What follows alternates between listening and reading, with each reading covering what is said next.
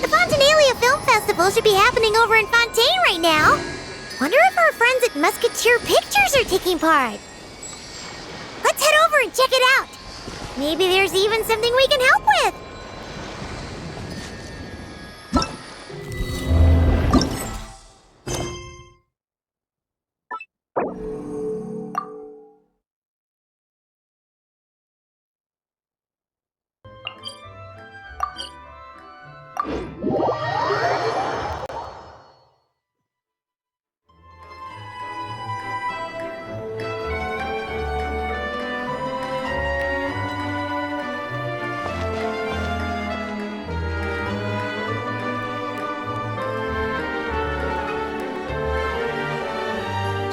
See?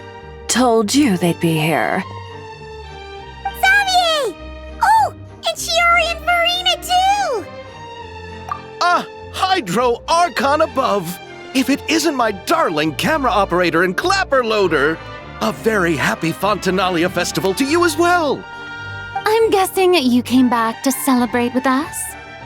Yep, and help out too! Even though the last festival had some unexpected hiccups, making the film was still super fun. Since you're all here together like this, you must be planning on entering the competition, right? Of course! A celebration of the entertainment industry. No one who's anyone would choose to sit this one out. It only happens once a year, after all. Fontaine Fashion Week might be more my speed, but the film festival brings in a lot of orders and boosts brand recognition, so I wasn't going to miss out either. A few new awards have been added this year, too. Best Director, Best Costume Design, and Best Camera Operation. Ooh, sounds like we've got work to do. Come on, tell us! What's Musketeer Pictures film gonna be about? About that. What's wrong, Xavier? What's with that look?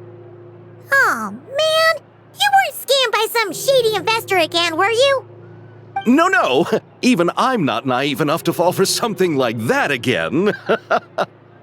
Besides, thanks to the fine people here, Musketeer Pictures has more than enough funds to shoot without investors.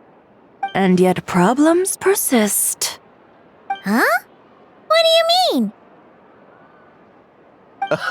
Well, we were planning to replicate our past success and shoot a film based on a popular novel. But as we were holding auditions for the female lead earlier today, a striking young mademoiselle wandered in by accident. Her disposition was simply ethereal, the look in her eyes somewhat melancholic. Oh, I wish you could have been there. The awe I felt can scarcely be put to words. You had to be there, friend. No matter where she stood, it was as if her surroundings, even the air itself, turned into the perfect shot. Guess you found your lead actress, then? No, quite the opposite. My script is entirely unworthy of her. I fear it is. Nevertheless, I couldn't help but approach the mademoiselle to ask about her background and what brought her to Fontaine. What did she say? Sadly, she said her best friend was gone. After returning to her own homeland not too long ago, she decided to visit where her friend was from to remember them better. Oh, no wonder she looked sad. Yes, but that's when it struck me. Why not cast her as the lead in a film centered around her search for this old friend? Huh? You're gonna rewrite the whole script? But is there even enough time? Isn't the prep work super complicated? We might not finish. Think about the difficulties we faced with the two Musketeers. We had to start from scratch back then, too. I'd say we're ahead of the game this time. Guess so, but... Don't worry, Paimon. Shiori and I have evaluated the proposal, and we support Xavier's decision. I won't really need to start on the costumes until the cast is finalized, so It's not too much extra work for me. Oh, fair mademoiselles! How can I ever thank you? Finishing the script would be a start. You know, compared to a commercial popcorn flick, I do prefer the idea of shooting a more artistic film. One that leaves a profound and lingering impact in the hearts of the audience. I agree. True trendsetters are the people who dare to go against the grain. Wow! Leave it to Director Farina to have a vision. Honestly, though, the artistic passion of everyone at Musketeer Pictures is inspiring. Anyway, now that we've heard so much about this lead actress, Paimon's gotta know who it is!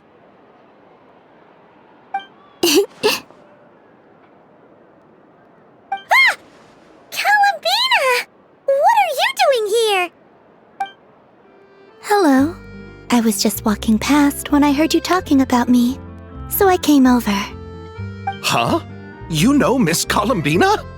Of course! Wait a second. Does this mean Columbina is the actress who inspired the whole rewrite?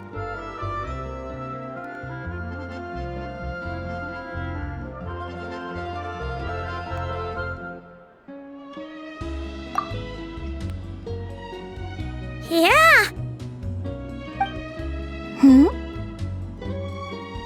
Wait, so did you make the trip by yourself, Columbina?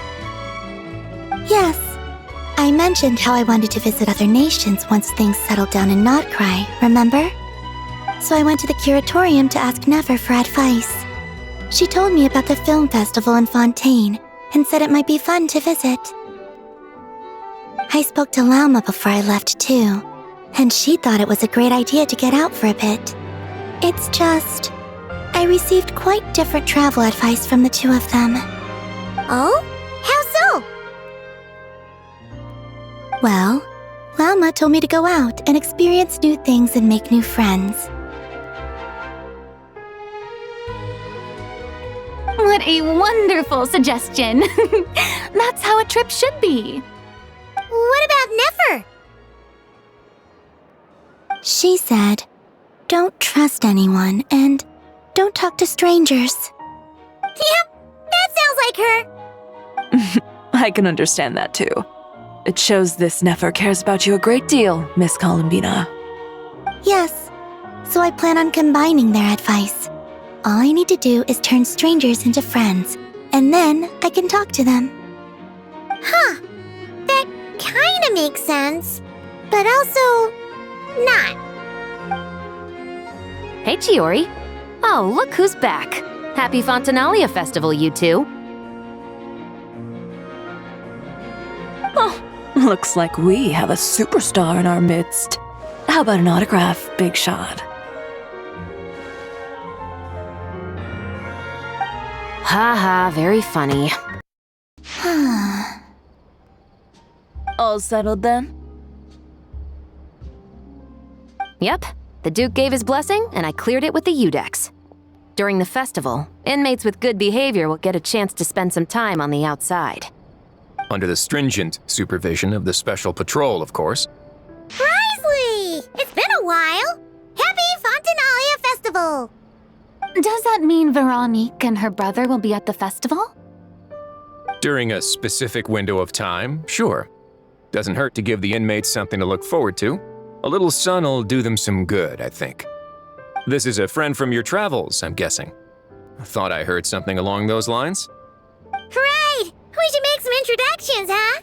Chevros, Risley, this is Columbina, a friend we met in Nod-Krai. Welcome to Fontaine, Miss Columbina. I bet the weather's been quite an adjustment. Yeah.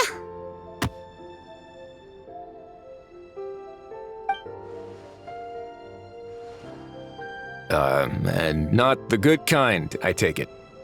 No, I quite like it. It's a lot warmer than Nod-Krai. Then what was the punch for?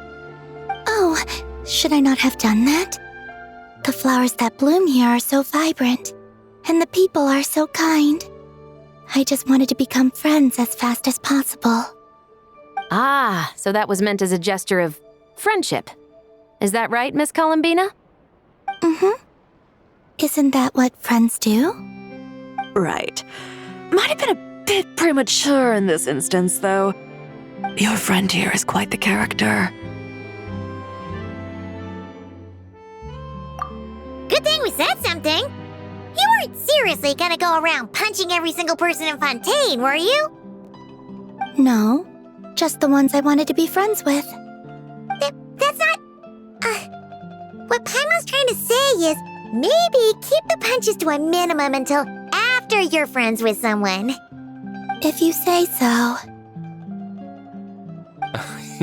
You're quite the character, Miss Columbina. So, are we friends? Of course. Any friend of the Traveler is a friend of mine. Yeah. Oof.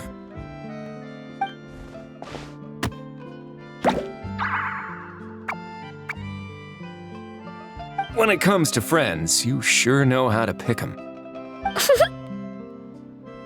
So Miss Columbina is the lead actress I've been hearing so much about. The whole thing about her aura is starting to make more sense. You gonna be part of the film this time too, Shivers? That was the plan. But now that Mr. Xavier has changed the direction, I don't think I'm in quite as many scenes. It's all for the best, though. A different crew asked me to help consult on some of their musket work. Oh, sounds like our trusty musketeer is as popular as ever. I'm just going where I'm needed. I'm more than willing to help with whatever this production needs as well. Ah, well, speaking of, would you happen to know if there are scenic locations around the court of Fontaine that other crews haven't booked? The festival's pretty popular this year, so there's not a lot left. You might just have to talk it over with the other productions and see if they'll let you squeeze in here and there. I see. Having trouble finding a filming location? Yes, we made a last-minute decision to go down a different route, so the indoor locations we reserved are no longer a good fit. And it looks like all of the best outdoor spots have been taken. You know, I might know a place. Good views, good atmosphere, and no production team has snatched it up. That sounds perfect! Where is it? You want me to reveal it just like that? Come on, let it be a surprise. As much as that sounds riveting, I think we should divide and conquer. You go do that, and Director Farina and I will take Miss Columbina around the city to discuss lighting and styling. Is that all right with you, Miss Columbina? Traveler?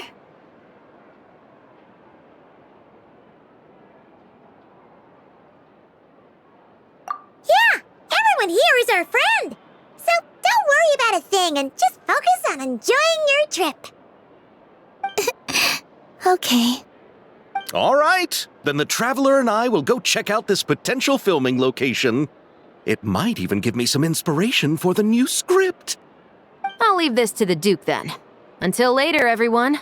Maybe we'll run into each other on set. Okay then. Lead the way, Risley! Paimon's not built for suspense. Let's get this show on the road! Who said anything about roads? Huh?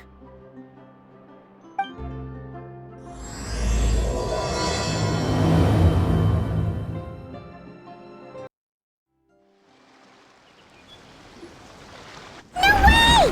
You brought the winglet up to the surface? It'd make quite the grand backdrop for a film, don't you think?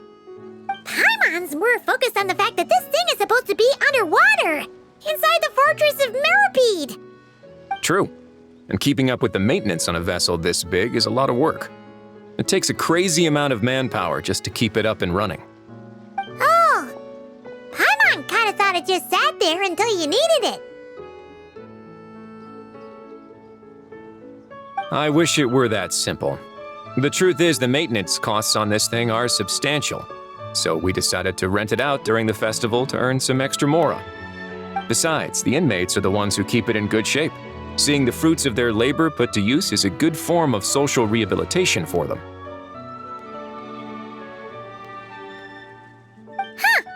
You've really thought this through. What you think, Xavier. Is this a good place to shoot? I've got it! Good messieurs and mesdemoiselles, I've got it!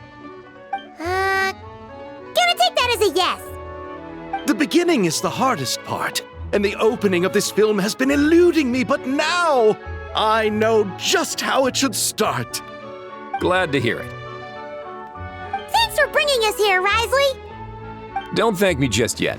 This isn't quite a done deal. Huh?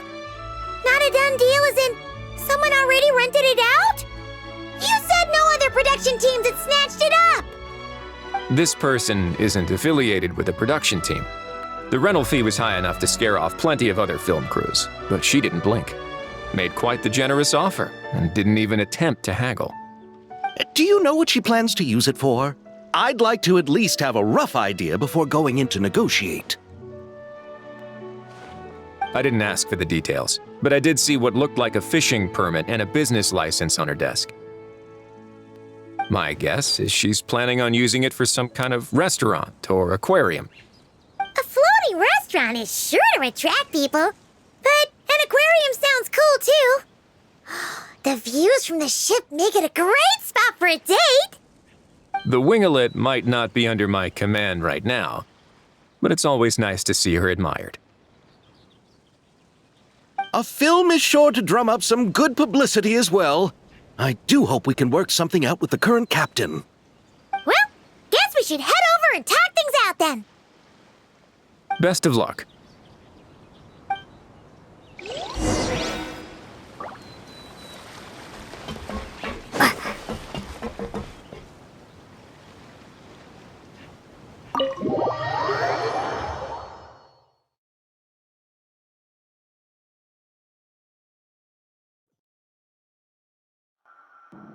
Wow! The winglet seems even bigger up close.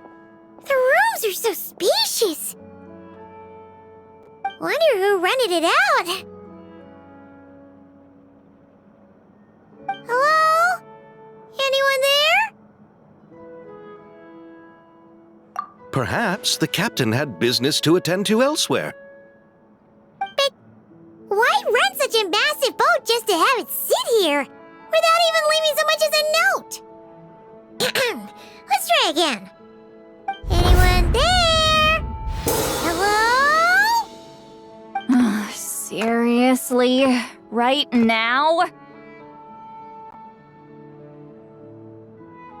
What is it gonna take to get some decent sleep around here? Is a nap too much to ask for? Sorry, the aquarium's closed for the... Huh?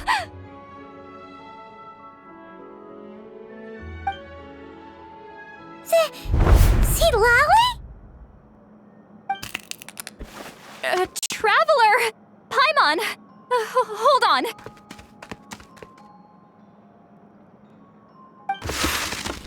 Oh, this is just great. How am I gonna go out dressed like this? What happened to my regular clothes?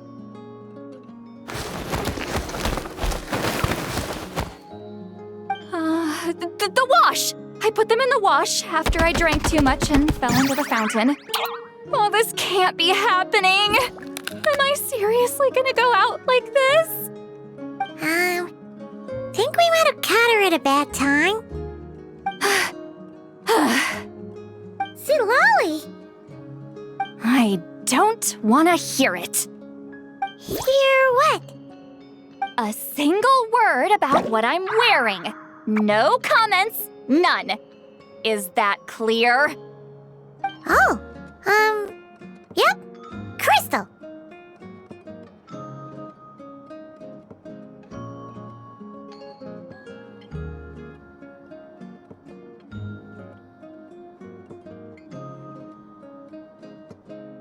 Huh? You think so? No, wait, I told you not to say anything!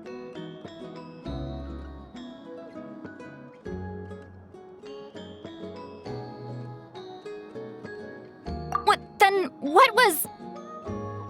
Her thoughts. I heard heard her thoughts. How could I forget about that?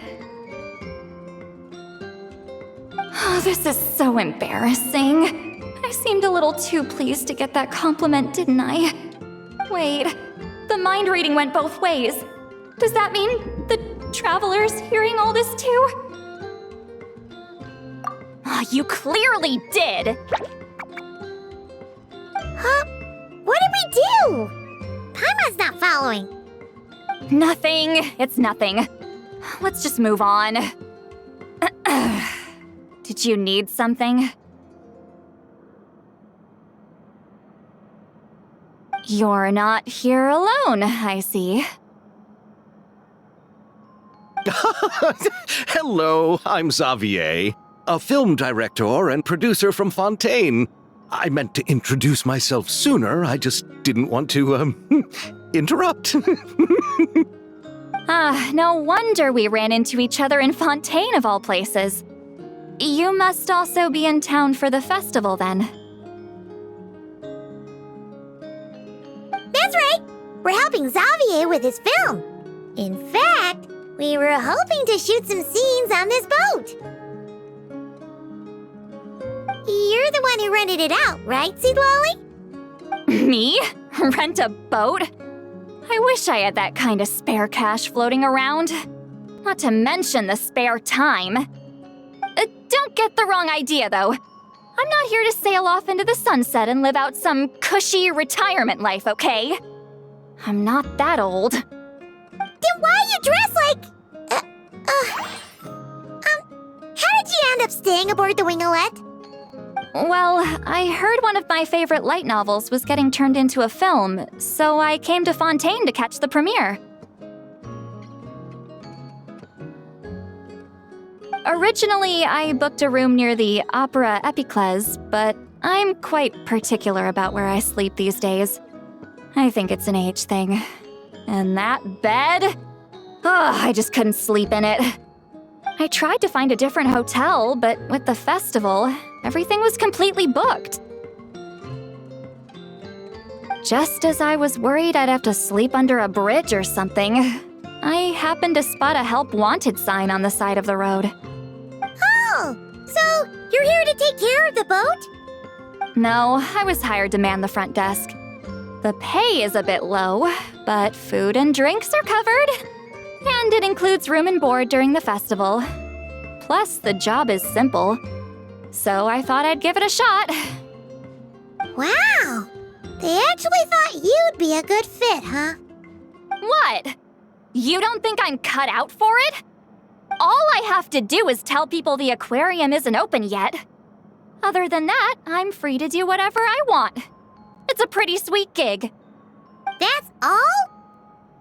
Yeah, I was also kinda shocked. But it's not a lie. Head downstairs and see for yourselves. There's nothing but empty tanks. Not a marine animal in sight. Did your boss mention anything about being open to film crews using this space? Our production was hoping to film on the deck for a few scenes.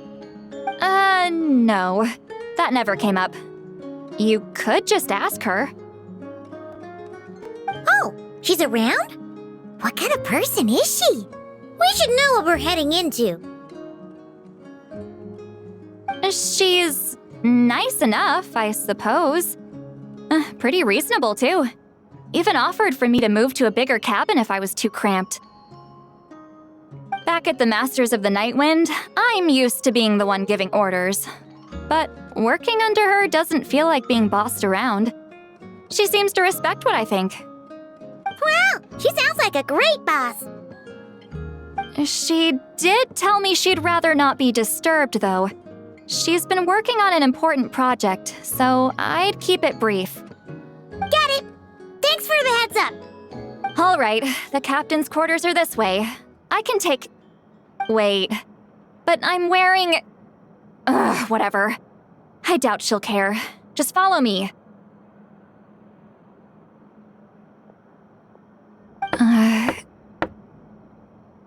Miss Guillotin? These visitors were hoping to ask you about something.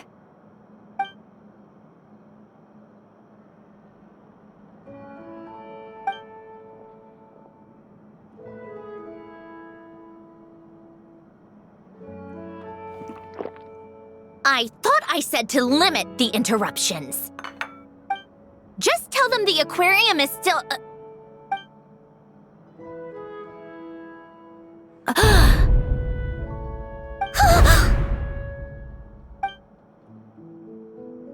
Sandrone, you're here?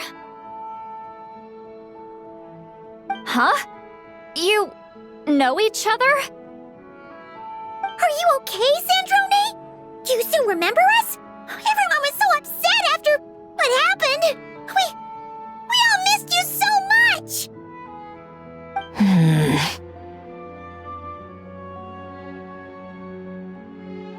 Miss Seat Lolly, why don't you escort this gentleman to the reception area for a cup of tea? I have something to discuss with these two in private.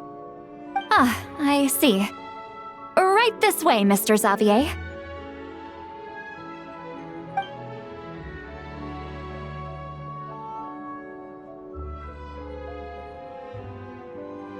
Sandrone?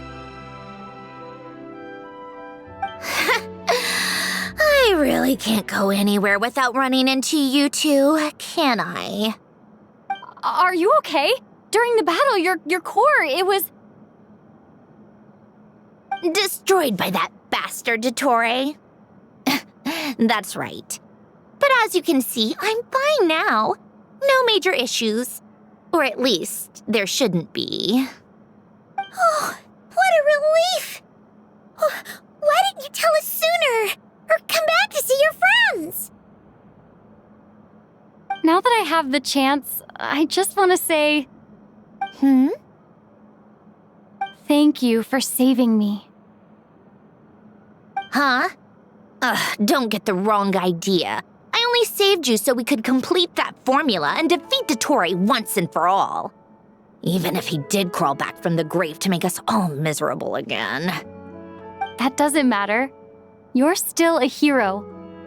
All right. But it wasn't just me. All I did was lend my brilliant mind to the cause and take care of one part of the plan. Although, I'm not denying it would have fallen apart without me. You got that right. You're amazing. But how did you go from From a lifeless pile of scrap to looking like this? Well, Paimon was trying to put it a bit more gently, but yeah. Where do I even start?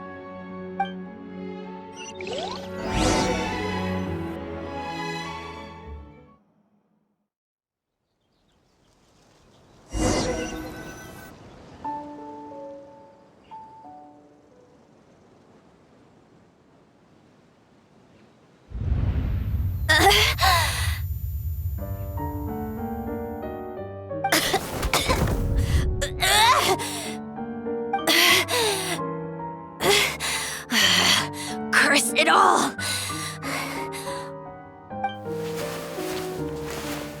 Where am I? Did we do it? How much time has passed? I'm not in one of that lunatic's experimental labs, am I? Wait, Fontaine decor. Books from the Research Institute. Phew. One thing at a time. Initiate self-diagnostics. Assess the extent of the damage. Cut power to compromised, non-essential components. Then reconstruct available action modules. Severe damage to the core. Dottore, you bastard. Polonia?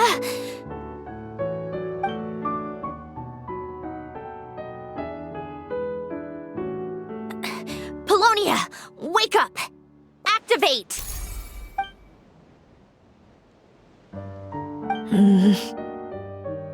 You're in even worse shape than me. Internal gears and energy circuits are barely intact. Extreme damage to the core, just like me. Rebooting is off the table. Even if I could repair the damage, I don't know if... You used up all your critical energy in those final moments, didn't you? To protect the core of that guy in the hat and the numerological array. Wait, the array. Yes! The prototype is still here. But can I even run it in this state? Whatever. I have to try. I just need to confirm one thing. Activate the numerological array. Connect the computing core to my body. Just like I thought. It needs too much computing power.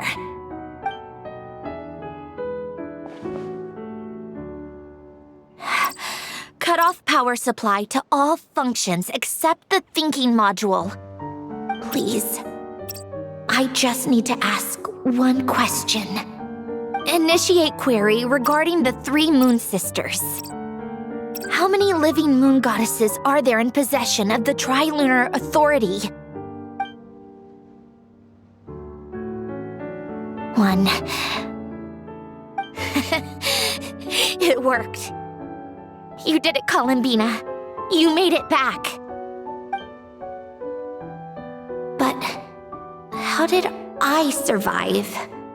The self-diagnostics showed damage severe enough to shut me down for good. What triggered the reboot? A built-in message? Only visible after a core reboot. The final gift. Alen! Were you the one who gave me the second chance? But why now? What activated it? What is that? A vision? Wait, no. It's a stellar linchpin?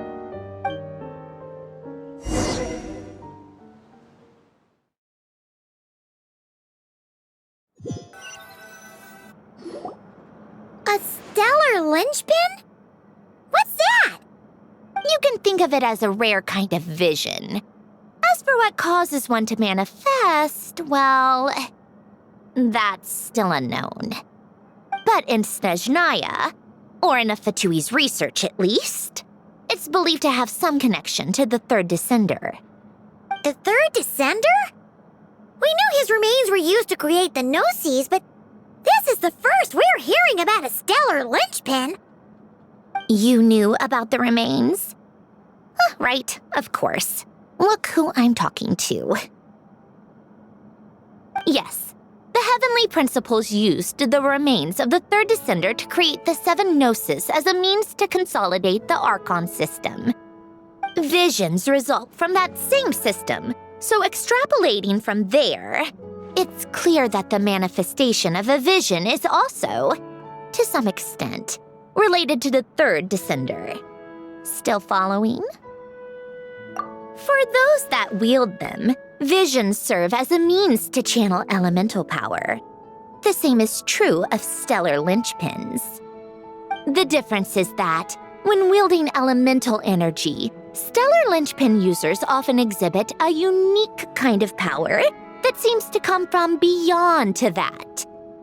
It's believed that, when a stellar linchpin manifests, impurities from the remains of the third descender get fixed in place.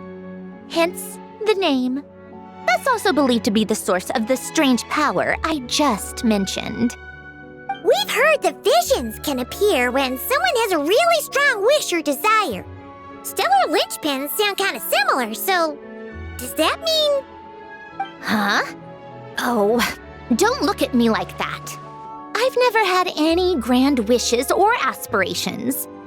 Just a list of things that drive me up the wall. So if you're asking why this thing appeared, I have no clue. All I know is that without it, the gift Alen left me, this built-in second chance, never would have triggered. The damage to my core was too severe. But thanks to the stellar linchpin's manifestation, it did trigger. And after my core rebooted, I was able to repair the damage to my body. I also managed to import the numerological array, along with some of Polonia's surviving algorithms into this form. Wait, does that mean Polonia is...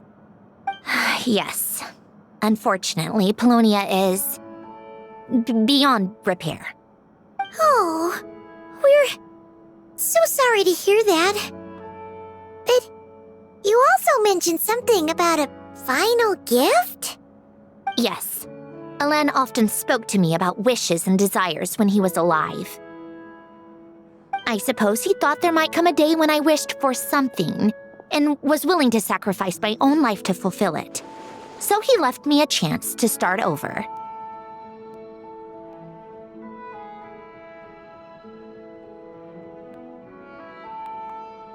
No, never. Alen once said I was his proudest masterpiece. That might sound boastful coming from me, but it's also an undeniable fact.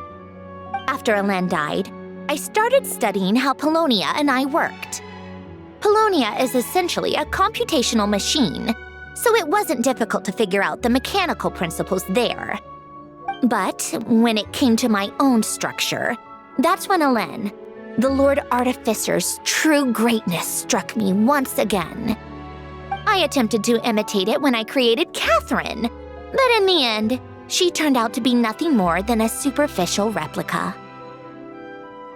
What? But his creations go. Catherine is super impressive.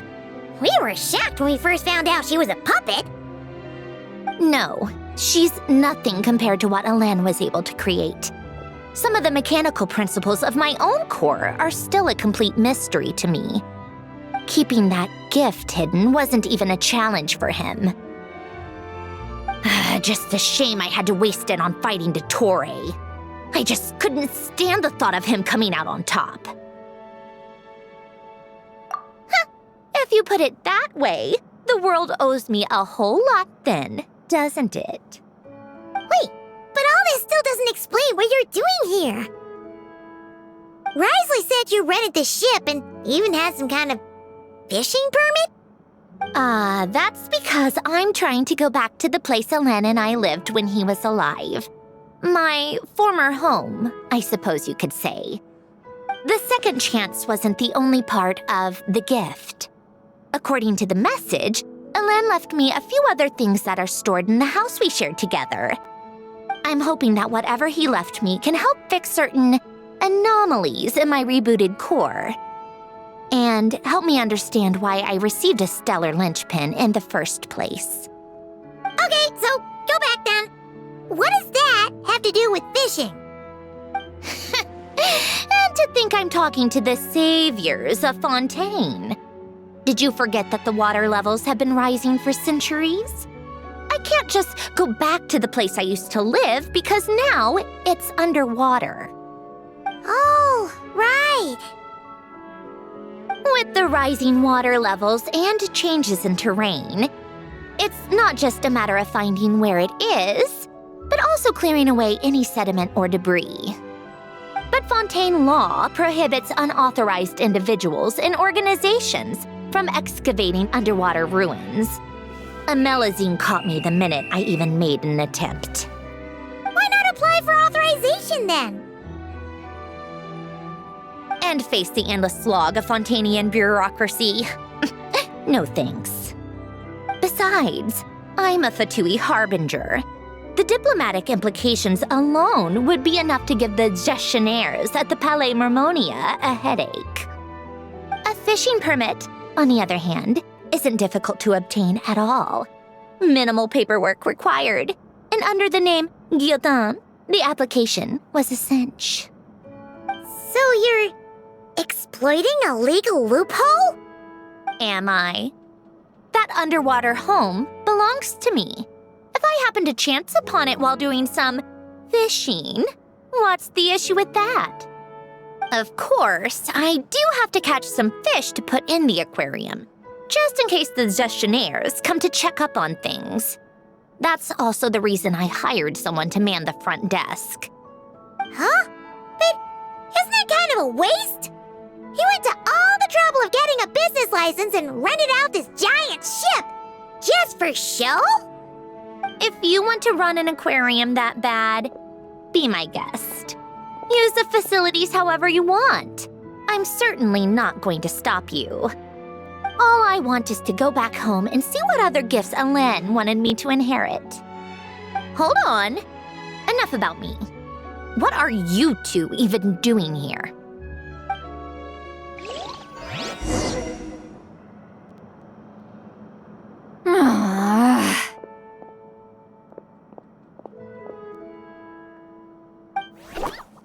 Seriously? They've been in there forever. The reaction when they saw each other was strange, to say the least. You're lucky I was nice enough to leave the room and give them some space. Back in the Masters of the Nightwind, I'm the one who gets to kick people out. I just want to know what they're talking about. Should I cast a little eavesdropping spell? Oh, no, what am I thinking? I'm Granny Eastley, the great shaman of the Masters of the Nightwind. I can't do something like that. This is just ridiculous. Making me wait out here for so long? Where's their respect for their elders? Oh, here they are. Were you back there arguing or something? What took you so long?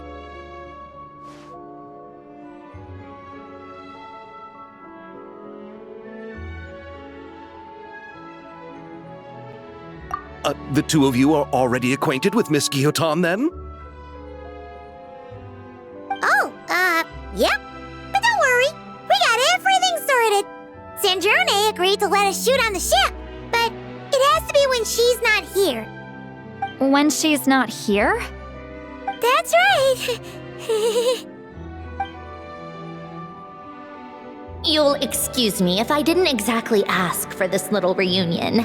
I wasn't planning on seeing anyone. Like I said, my core is severely damaged. Even with the gift, there are anomalies that are making things unstable. I don't even know if I can continue to function without issues. So the priority is to fix these anomalies and get answers to my own questions. Then, I can see the people that need seeing. Anyway, just let Sandrone know when you plan to film Xavier, and she'll, steer clear. I do hope I'm not causing Miss Guillotin too much trouble. No! She just wants to keep a low profile for her own, complicated reasons. She doesn't want anyone else to know she's here. Understood. I'll be sure to keep that in mind. Oh, and see Lale? Huh?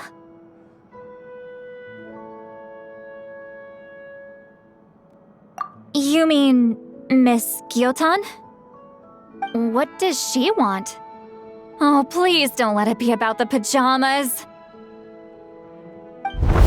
What? The 7th of the Fatui Harbingers? Why are you telling me all this?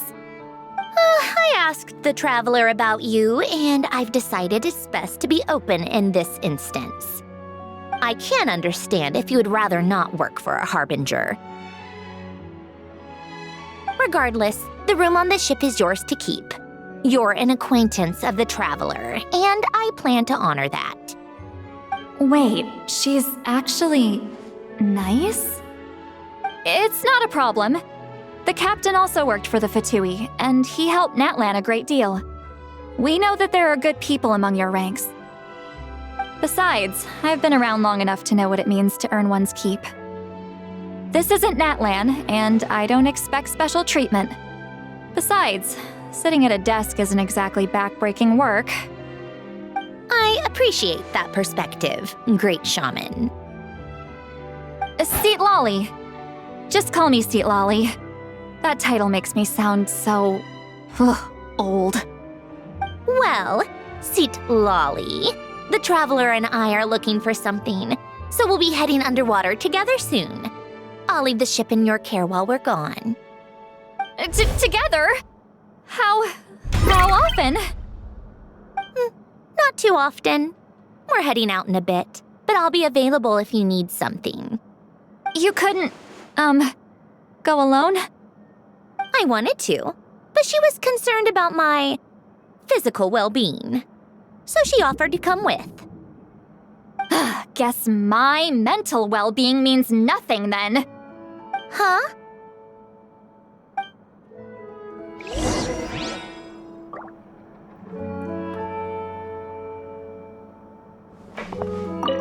Just be quick about the whole thing, okay?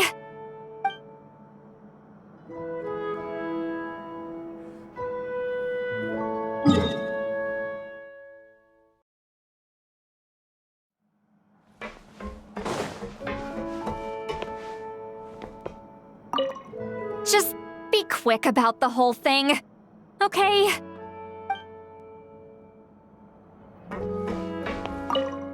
Miss Guillotin is so generous.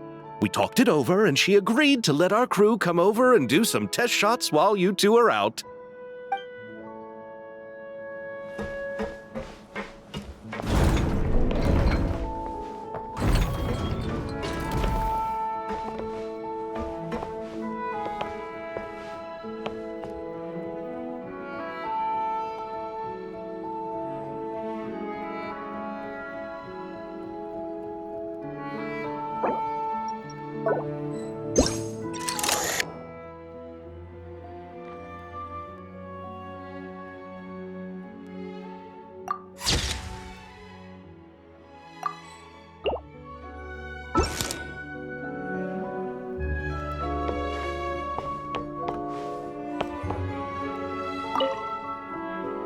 All right. Our first stop is the Barrel region. After Alain left the Fontaine Research Institute, he lived in seclusion somewhere around there.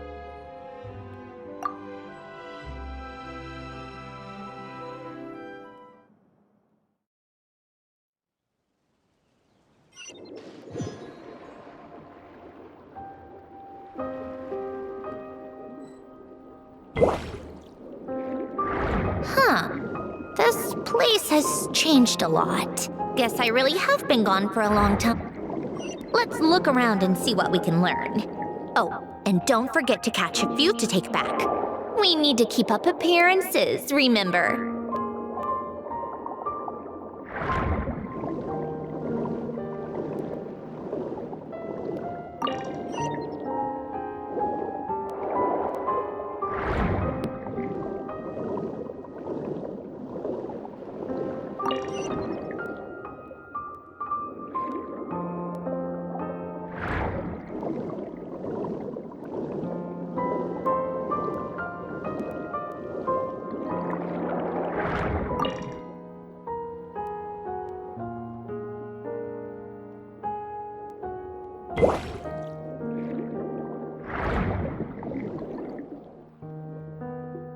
Poisson isn't too far from here, right?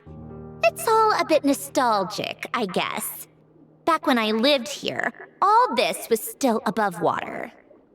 All right, I have a general understanding of the terrain changes and sediment accumulation. We can stop here for now.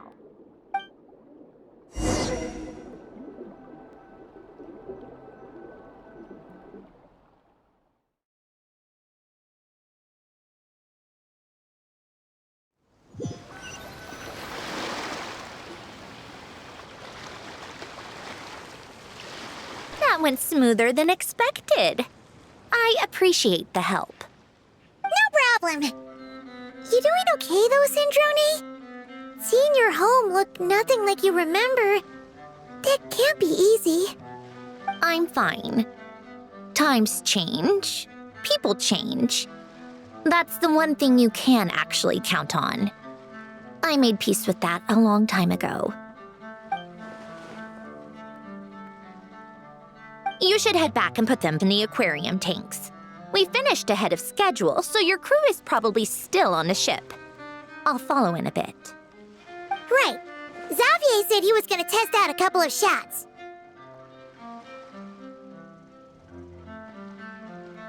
I'm sure. I want to take another look around on my own. Okay then. Want us to let you know when the filming is done? No need. Columbina relies on Kuvaki to perceive her surroundings. In Nod-Krai, her senses are heightened because Kuvaki is everywhere. But here, as long as she doesn't activate her abilities, her range of perception should be equivalent to an average person's line of sight. I figured that out back in Snezhnaya. That's oddly specific. I have hiding from her down to a science. So, what? Things might be a bit different now that she's merged with the Moon Sisters, but I doubt there's been a drastic change. The point is, you two can head back. Don't worry about me. Okay, if you say so. Come find us on the ship if you need anything.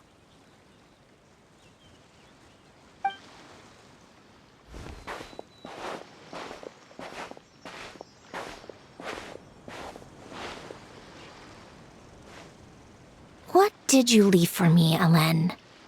Did you know I would come back?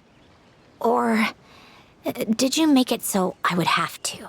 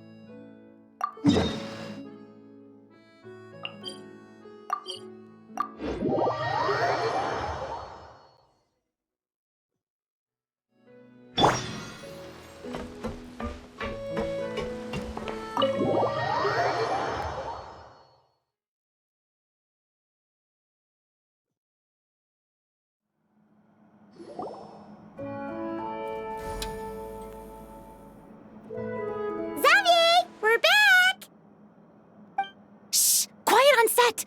They're filming over there. Oops, sorry.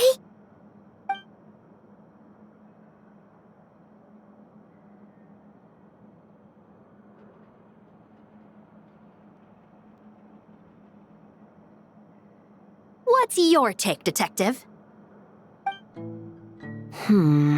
Bullet wound to the chest. Gunpowder residue on the clothes.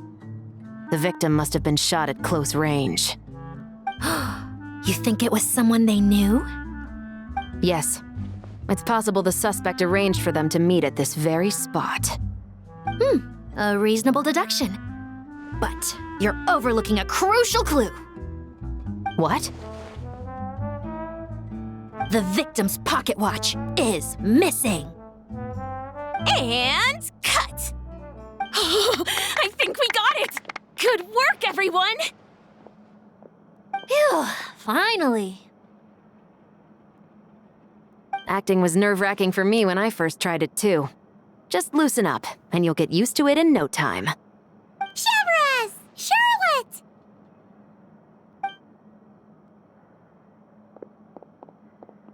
Oh, hello there, you two. You're filming here too? Oh, so Charlotte's crew must have been the one that asked you to help out, huh, Chevrus? Yep. They heard about a potential filming location and wanted to come check it out. But when we got here, your crew had already beaten us to it. Luckily, Xavier and our director, Lapine Pauline, go way back. In the end, we agreed to just share each other's filming locations. Considering all the last-minute changes, that's just what Musketeer Pictures needed. For sure! Based off the scene just now, you must be the star of the film, Charlotte! You bet! This detective costume really suits me, don't you think? Oh, for sure. You're already right at home lurking in the shadows taking pictures of this and that. Add a notepad and you're practically method. Thanks, Miss Chiori. I appreciate the compliment. That didn't sound much like a compliment to Paimon. So this is a film set? It looks like a very happy place. This must all be quite new to you, Miss Columbina. Yes. I watched a few films with a friend once, but she thought there was no point if I wouldn't open my eyes. So she stopped inviting me. Looks like I missed out on a lot. True, but being an actor seems like a tough job. Huh? Most people would swap lives with an actor in a heartbeat. The lifestyle is so glamorous, and the pay is more than generous. But they have to act out lives that aren't their own, with the whole world watching on in judgment. If they don't do it justice, it must feel like they're letting people down. That's exactly how it feels. This young lady has quite the unique perspective. Well, that's true. But these actors are here because they want to be and they think it's fun. Most of them, at least. Not to mention, the film we're shooting is based entirely on you, Miss Columbina. You just need to be true to yourself. I don't have to pretend to be someone I'm not? Not at all. Authenticity is what we're after. For example, this first scene opens with you on the boat, sailing to your friend's homeland. You just need to think about that moment in the story and picture how you would feel. Oh, okay. We're all here? Wonderful! Let's head to the deck and get shooting.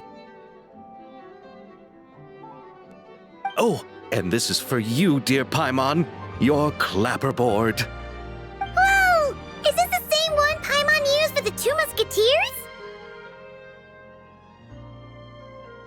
The very same. I saved it just for you. Thanks, Xavier! Feels like being reunited with an old friend. Of course! That said, I have a different job in mind for you this time, traveler. Our film is focusing on a single protagonist, so conveying the subtle changes in her state of mind is of the utmost importance. In addition to the actor's own performance, another way we can convey that is through lighting. Huh? But there's already a lighting specialist, isn't there? Yes, but it's clear the Traveler and Miss Columbina share a deep bond. You might have a better chance of understanding her frame of mind in certain scenes. Oh, that makes sense. So, what do you say? Willing to take on the role of lighting specialist?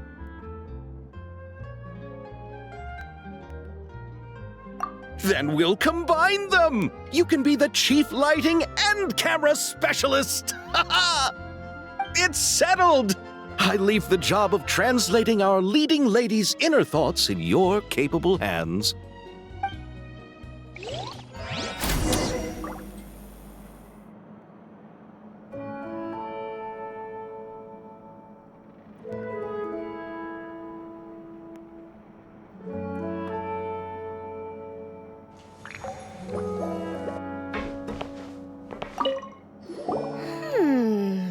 Seeing all the sets in place, things are looking even better than I expected.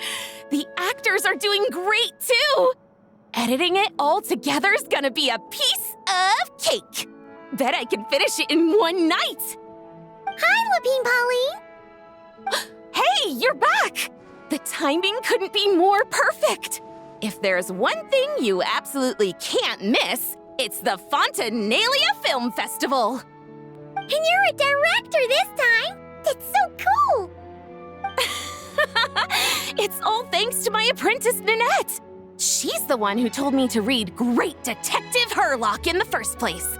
And then it struck me. This would make a great film. What about your savings, though? You didn't... Yep, I went all in. Paimon was worried you'd say that.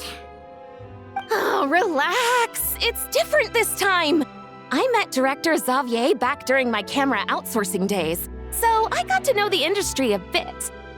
I know exactly what our film needs and what the fans want to see. So be sure to check it out. I'm confident we've got a winner on our hands. Sounds like it. But we've got some filming chops ourselves. It's definitely still anyone's game. Then may the best film win.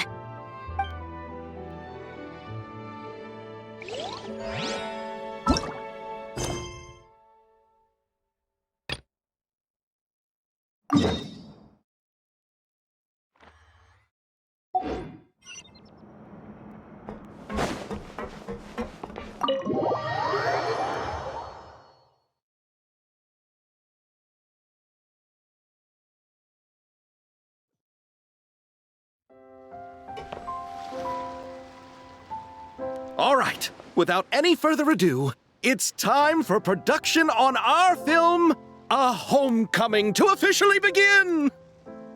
Turning it over to you once again, Director Farina. All right. Positions, everyone. Camera operator, clapper loader, get set up. Let me know when lighting is good to go.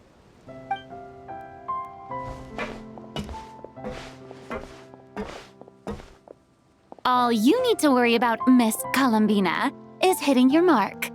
Other than that, just focus on immersing yourself in the emotions of the moment. Okay. Good. Lighting, are we ready?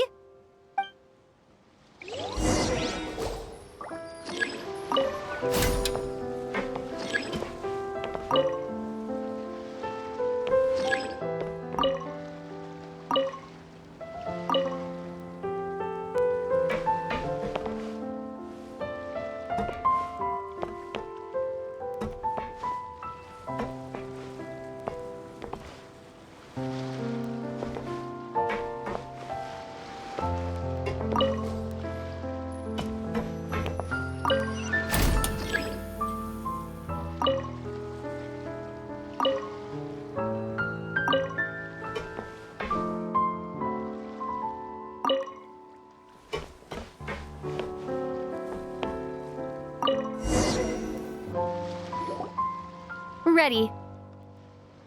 All right, quiet on set. 3, 2, 1, action! This is her homeland. Columbina. Cut! The emotions I'm looking for were definitely there. Let's just try to keep it a bit more natural. Oh, but definitely keep that gesture at the end. I loved how real it felt. You looked genuinely moved. All right, if you're ready, let's go for another take. Miss Columbina? That presence. It kind of felt like... Sandrone?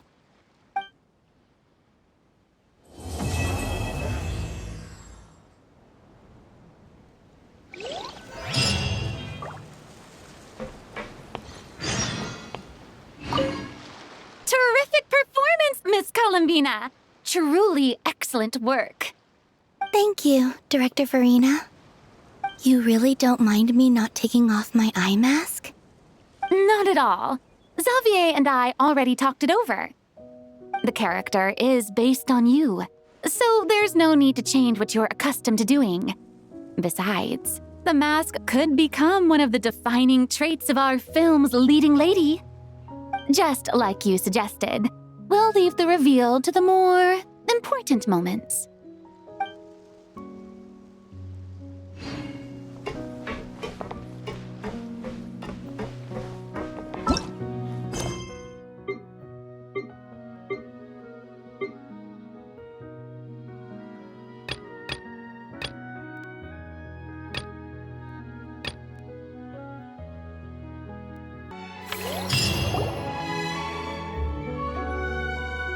You're here. We should get going then. Xavier and the others should be filming soon. How's it going? Have you managed to figure out the location of your home yet? I've narrowed down a few potential locations. We just need to take a sample from each one.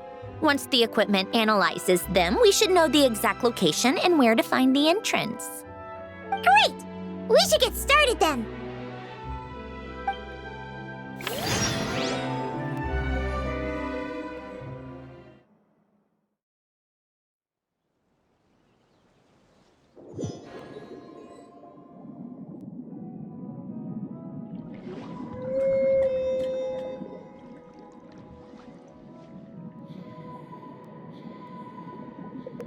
All right, let's get a move on. That should do it. Let's head back. The filming should be just about done. We made good time. We might even know the location by the end of the day. You sound pretty happy about that. Do I? I suppose I've just had enough of these anomalies I've been dealing with. The sooner I can fix them, the better. Anyway, enough chit-chat. We have work to do. Oh, but let's head in through the side door. I don't want to run into the crew on the deck.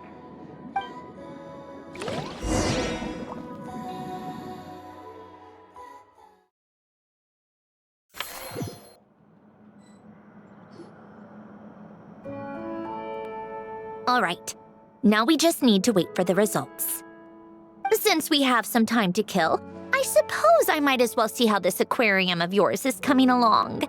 You seemed quite enthusiastic about it, after all. It's really coming together!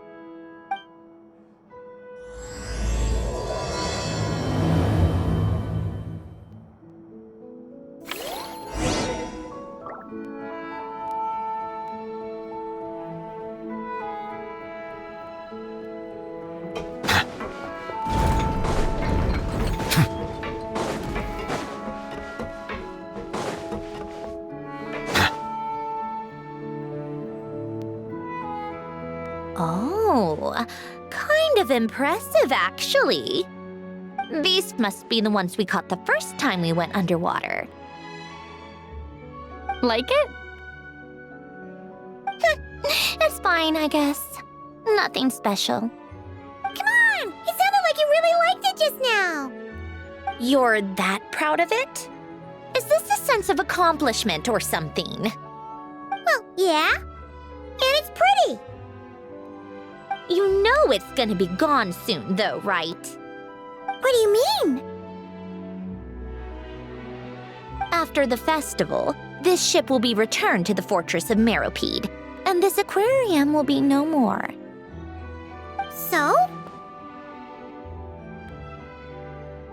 So, no matter how much work you put into this place, once the festival is over, it's all just going to disappear. But not making the most of it when we have the chance is an even bigger waste! But if you know it's all going to be gone one day, why even bother? Well, Because you still get to keep the things you gain along the way. And those are things that can never be replaced. Doesn't that make losing them even harder? well, if you put it like that... But the happy memories we make along the way last forever! You just have to take a more glass-half-full perspective. Not to mention, everything we do here is gonna be on film, so it'll still live on in some shape or form. And when you look back on it, only happy memories will come to mind? Exactly! So it's about finding joy in the process itself. Traveler! You're back already? What's wrong with that? You say that like it's terrible news or something. How did you get here? I didn't see you on the deck. Oh, never mind. We need to help Miss Guillotin hide ASAP. The crew is heading over here to shoot any second. What? They should be done by now. There was a mishap earlier that cost them some time. I was waiting on deck so I could warn you the minute you showed up. Anyway, you should head back to the captain's cabin right away. They're gonna be here any minute now. Ugh, finally! That's a wrap for the scenes on the deck. Wouldn't have taken half as long if the wind hadn't snapped our equipment in two. Uh-oh! Too late! Change of plans then. You'll just have to hide. Hide! And where exactly am I supposed to do that? Oh, there's a box over there! You can get in that! Huh? You expect me to... Do I need my makeup done for the next scene too? For the love of... Let me see. Maybe just a quick touch-up. Huh? Traveler and Paimon? What are you doing here? I thought you took the day off to take care of something. Huh? Oh, well, it didn't take as long as we were expecting, so we came back early. What about you guys? You're still not done shooting for the day? No, we ran into an issue that, set us back. It meant Miss Charlotte's crew wasn't able to wrap either. We both still have scenes to shoot in this aquarium. Oh, that's not ideal. For several reasons. Let us help then. The sooner we wrap, the sooner everyone can get some rest. All right. Thanks, you two. Miss Charlotte's crew can go first then. If I'm not mistaken, you still have a night shoot later. Thanks, Director Farina!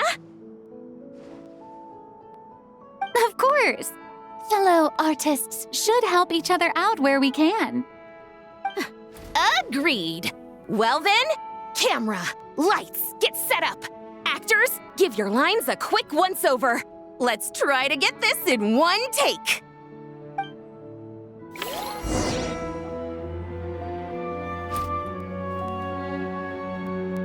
All right, places, everyone! And 3, 2, 1, action!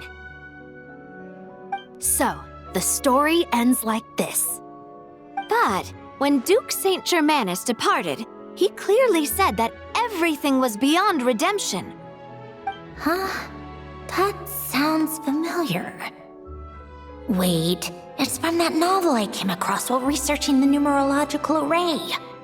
He's only a genius when it comes to mechanics, and everything else, he's just an ordinary person. Huh? What was that noise? Whatever, I'll just fix it in post. Mr. Koba, please don't speak as if I were the accomplice. Not so hard. This box isn't sturdy enough for that. This is why I keep saying, don't put too much trust in Clockwork Mecha. Unlike humans, machines don't have a heart. A heart? That's right. It's what's on the inside. It's also referred to as someone's soul, or likened to free will. You can think of it as a person's core, what makes them unique. In general, though, people don't believe machines are capable of having a soul. You said my emotion module was faultless. It is, but that's not quite the same thing. Do you think I have one then? A heart? I don't think so. I know so. The question is, do you recognize it within yourself?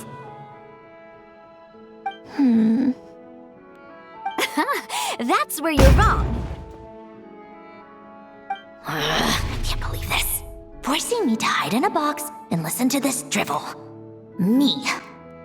In the end, clocks tick through tranquil years.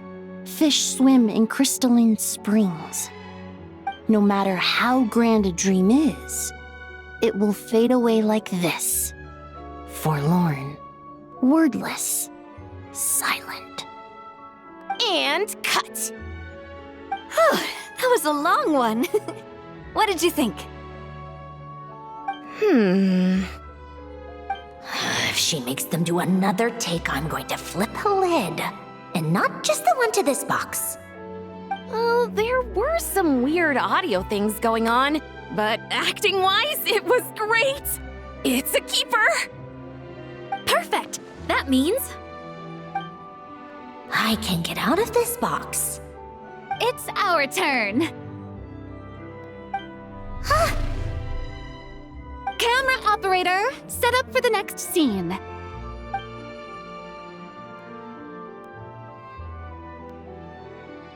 In this one, our protagonist peruses an aquarium in a foreign land and gets swept up in memories of her friend. So, in terms of lighting, that's the vibe we're going for. Got that? Shoot. Paimon thought there'd be a break and Zandroni could slip away. What are we gonna do now?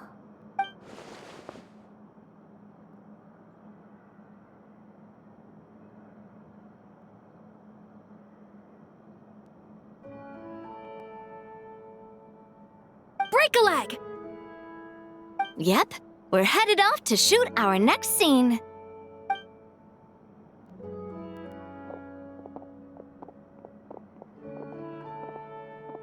All right, quiet on set! We're about to start rolling. Ready, Miss Columbina? Miss Columbina? I think she would like this. Quick, we should roll on this. It doesn't forage with the others or prey upon its smaller kin. Instead, it remains where it is, cradled in the coral's quiet beauty, as though the raging cyclones above are of no consequence. And yet, she still stood before the cyclone in the end. So I think that story has it wrong. She is no different than us. She has a heart. Columbina.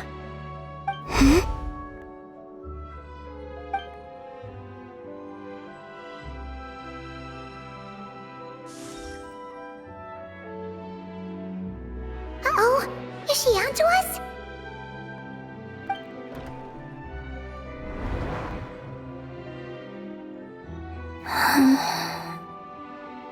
What is she doing?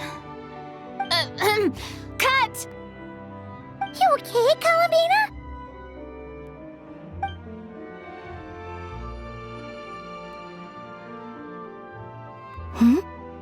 Oh, yes. I just thought... Why don't we take a short break? It's been a long day of shooting so far. That last take was beautifully organic, though. We can use it as is. No need to go again. Thanks, Director Farina. But I'm fine to continue. You're sure? In that case, let's shoot some quick B-roll. Then we can move to our next outdoor scene.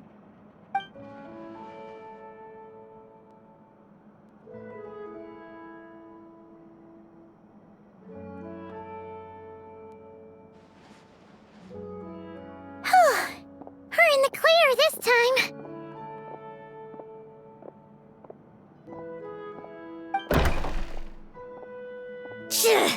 Ugh! Absolutely suffocating. You okay, Zandroni? Right as rain. Come on, let's go check the test results. It's time for me to go home.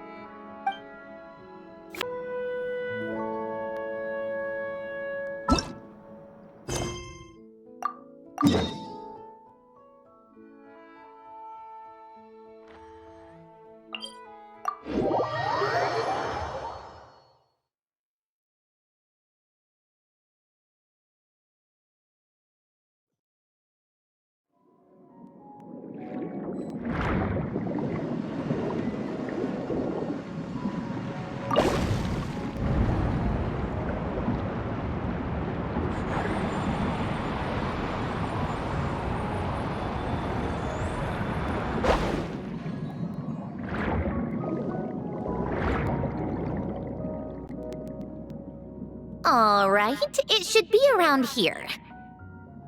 Give me some space. I'll activate the water insulating mechanism.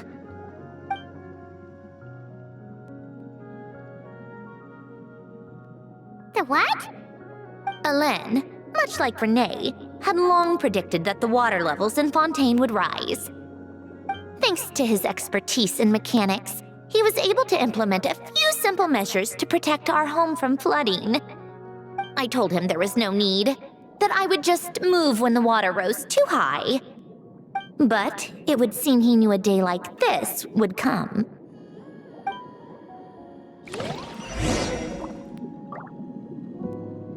All right, the silt has been cleared away.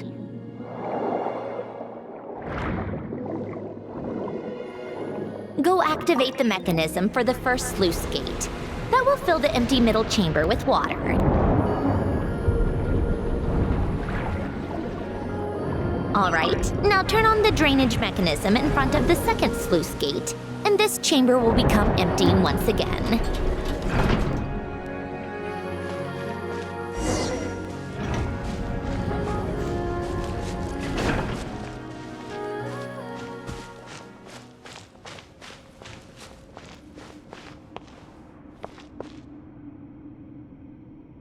So, this is where you used to live? It's beautiful! There's even a garden! Back when I lived here, it was my job to tend to the potted plants and flower beds. Still growing strong even after all this time. Who would have thought? If the weather was nice, I would take Hélène out in his wheelchair and we would go for a walk. Before long, we started bringing Polonia along too. Come to think of it, I was the only one who could get around easily back then. Polonia always got stuck at some point, and it was up to me to launch a rescue mission. Happy? I suppose they were. Uneventful, but pleasant. Repetitive, but peaceful.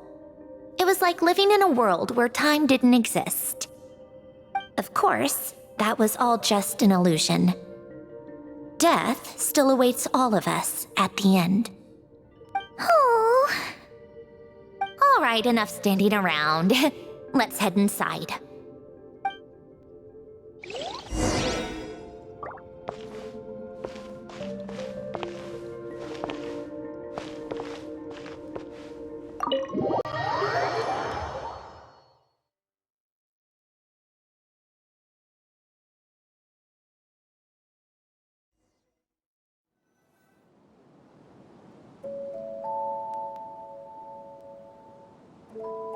Yep, this place is exactly how I left it. Nothing has changed. What is it? Huh? How did you get... Oh, Arlecchino gave it to you, didn't she? And you... read the whole thing.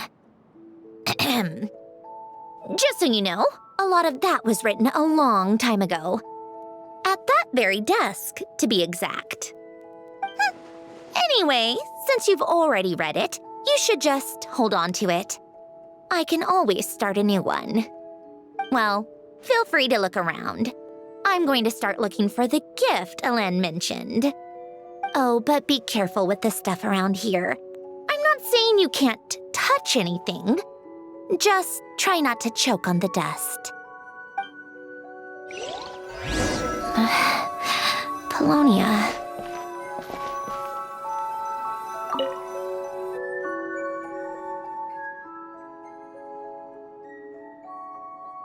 Oh, I played with these when I was little. During the first few months after I was created, I mean. At first, Hélène and I would play together, but it didn't take long for me to become unbeatable. So Polonia and I played together instead. Yeah, these don't look like Paimon's kind of games. Logic and math puzzles? Those happen to be my specialty. It's been so long. What do you say? Should we play a few rounds? Let's go with this one. The gears on the left are stacked from largest to smallest. The goal is to move them to the other side in the fewest number of moves. Just remember, you can't stack a bigger gear on top of a smaller one.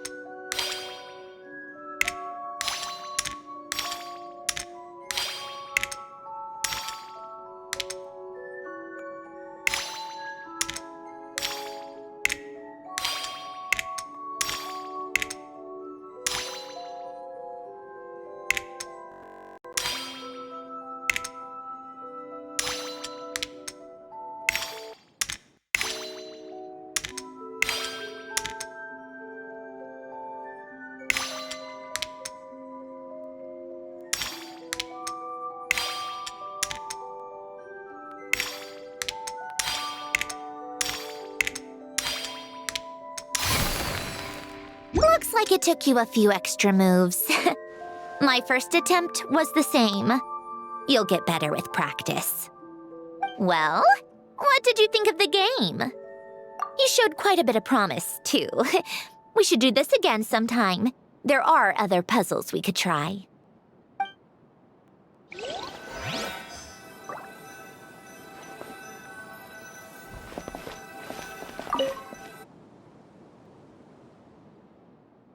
Oh, these are some of Alen's drafts from his later years. Just casual doodles, really. And these are just some unimportant letters. I couldn't be bothered to sort through them before I left.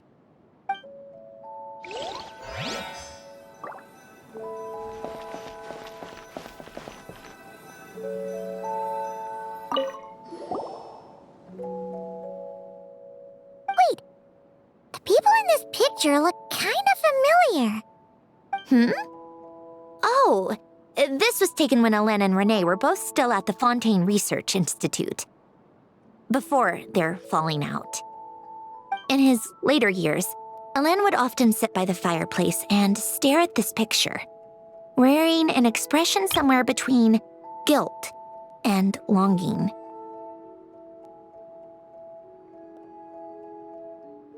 He said he sometimes regretted not helping his friend when he needed it most, even if just to stop him.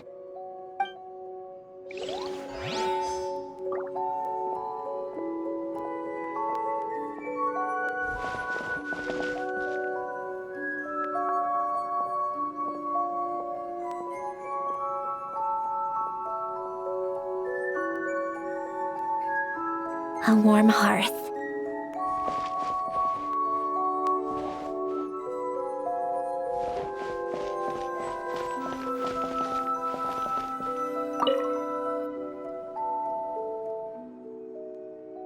This was Alen's workbench. Later on, of course, it became mine.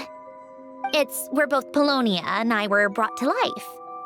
Before Alen was bedbound, this is where he would teach me about mechanics. I would sit and listen, chiming in with questions here and there. Later on, when he got too sick, I took over and would work on Polonia here.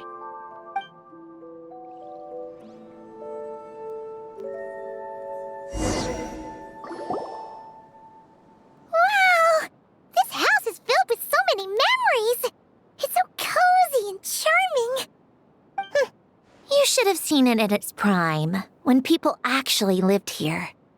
A lit fireplace, a steaming cup of coffee. That's the real deal. You know, we also used to have a mechanical piano that Alen built. Ooh, how chic! Alen never played it much. He probably wasn't able to at that point. But I managed to teach myself. Music theory is essentially math after all. Once you learn the patterns, it's not really that difficult. I loved perusing Alen's collection of classical music. The chords and harmonies felt like individual mathematical puzzles. It was fascinating, so I did some composing as well. But as Alen continued to deteriorate, even the sound of music began to grate on his nerves. So I got rid of the piano. Aww. Back then, I assumed a piano was like an ordinary clothing rack, commonplace in every home and easily replaceable. It was only after I left that I realized how hard a good piano is to find. Enough about that. Alen's gift should be just in here. The only things undisturbed before I left were a few of his personal belongings.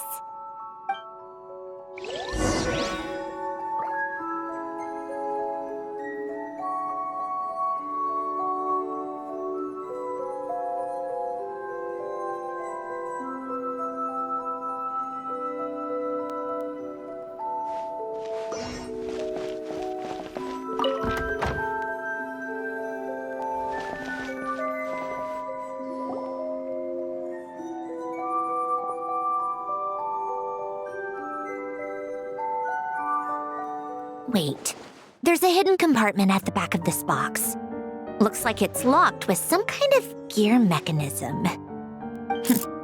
Knowing you, Alen, I'm guessing it goes like this, then like this. Got it. Am I a genius or what?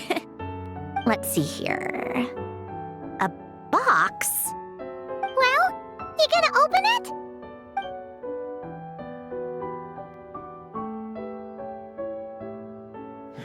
It's heavier than I was expecting. Just how much stuff is in here?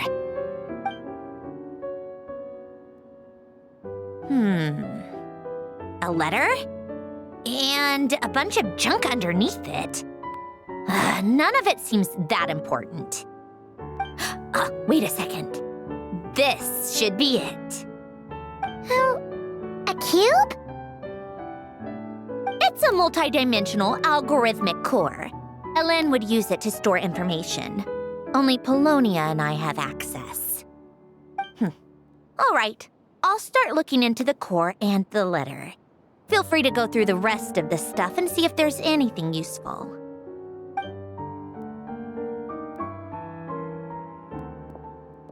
Okay. Hold on. There's another picture in here. This one has writing on the back. A snapshot of you playing among the plants shortly after you were born. You seem to like these flowers a lot. May you grow and flourish just as they do. Huh? Wow! Look how happy you are in this picture. You've changed a lot since then, huh? What's that supposed to mean? Just that you come off kind of aggressive sometimes. Or, annoyed at everyone around you. Well then, people should stop being so annoying. It's not like I'm the one with the problem. Of course not. Oh, here's something else. Looks like a piece of paper torn out from somewhere. Today, I solved another math puzzle and made a breakthrough on a construction problem the Institute has been stuck on for years. Am I a genius or what? No, wait, that's From now on, I should have people address me as Her Highness the Clockwork Princess, Unraveler of all reason. Nope. No more of that. I thought I tore this page out. You wrote this? Then how did it get... Wait, there's more writing at the bottom. You seem to have developed a distaste for this particular entry, considering I found it in the trash. I'm sorry, but I could not help but hold on to it. Forgive me. Lynn! Don't be embarrassed. Everyone goes through a phase like that. Nonsense! I wasn't even the one who wrote that! It must have been Paulownia. That's enough. I told you it was Paulownia. You know what? We're done with this. No more rifling around in the box. Just put it down and let me read the letter. To my little clockwork princess.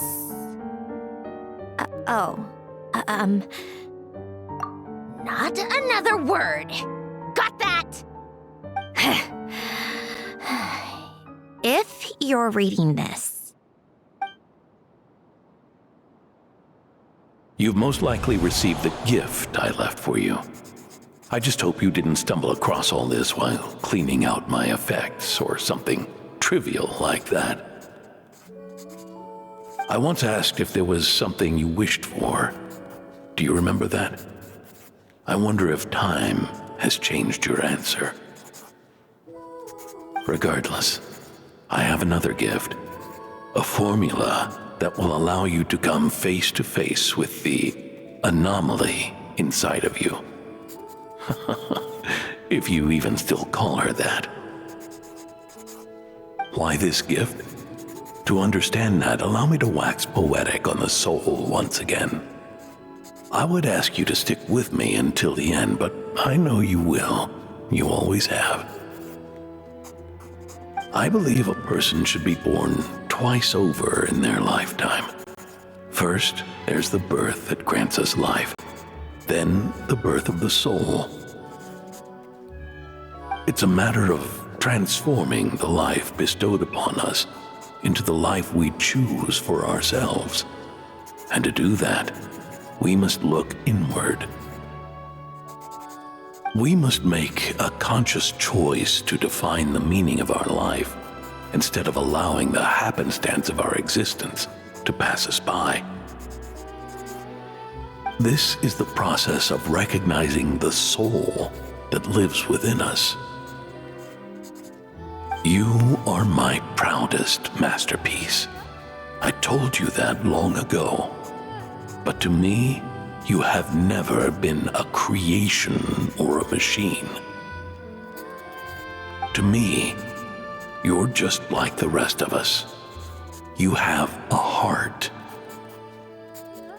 In fact, some theories think of the human brain as nothing more than a machine, and thought the product of its computations. So you see, perhaps we're not so different after all. Your inner machinery is just far more advanced than most. No matter how one looks at it, the heart is a complex thing, a place where logic and reason collide with our emotions. Your computational capacity allowed you to become sentient and develop logical reasoning. But it also granted you something that, on the surface, might seem contradictory. Emotion.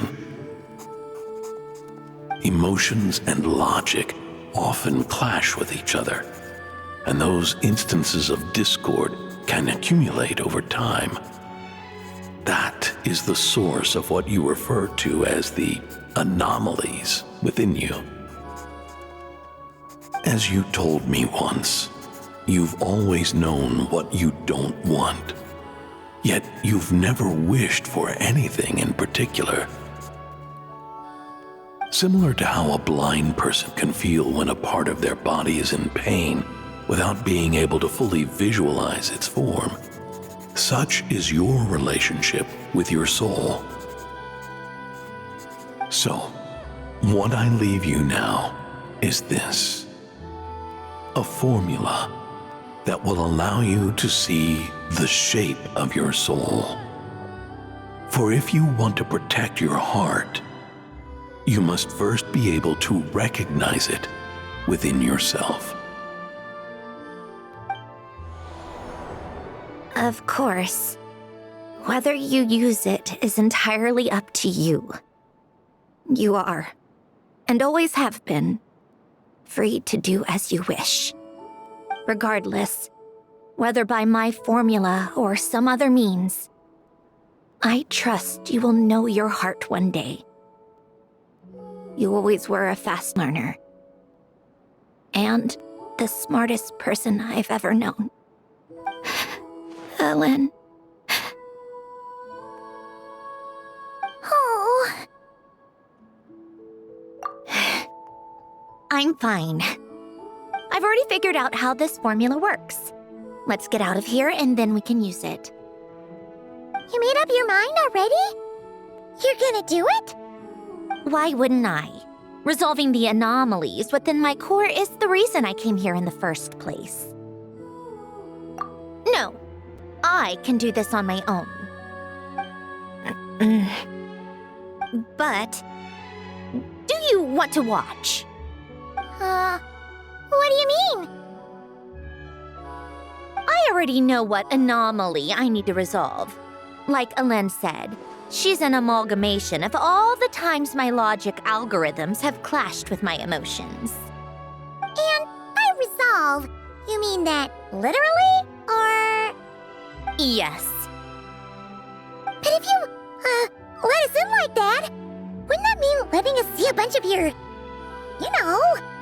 inner thoughts and secrets? If what Alen said is true, then I'm about to be, born anew, or whatever. This is your chance to be lucky enough to witness it. Besides, you already read my whole diary. When it comes to keeping my innermost thoughts to myself, well, I think that ship has sailed. You're really sure about this? How many times do I have to say it? I finally let you in as, friends, and you want to question it. I'm not gonna offer a second time. Enough with the mushy stuff. Just follow me.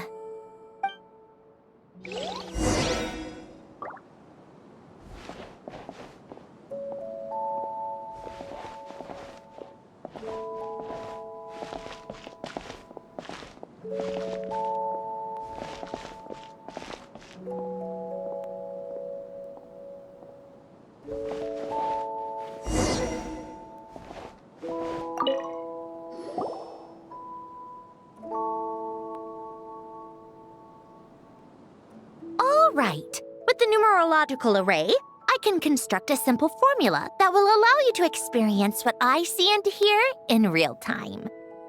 Oh, just like St. Lolly's sense-sharing technique. Been there, done that. Huh. Sounds like that shaman has some tricks up her sleeve. The arcane and the mathematical are both fundamental laws of this world. Being able to achieve a similar result through both isn't surprising. Anyway, let's get this show on the road. But no comments from the peanut gallery, okay? I know I offered, but I still don't want any interruptions.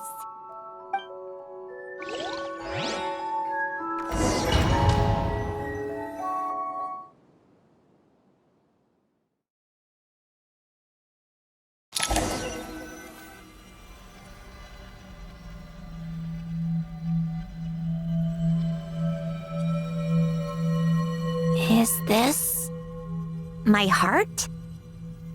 No, it's probably just the result of Alen's formula. A space dedicated to resolving anomalies. Huh. But it looks like the walls are all... mirrors? You made it. About time. Is that me?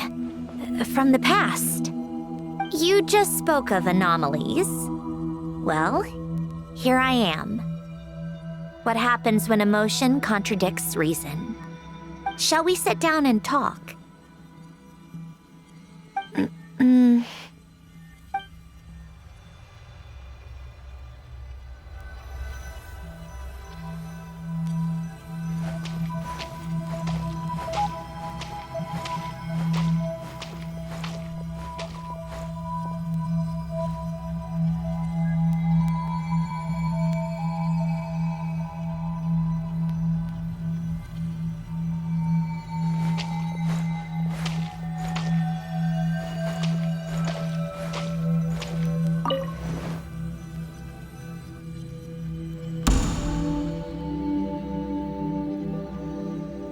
That should do it. Hello? My name is Alain Guillotin. Can you hear me? Brings back memories, doesn't it? The time we spent here.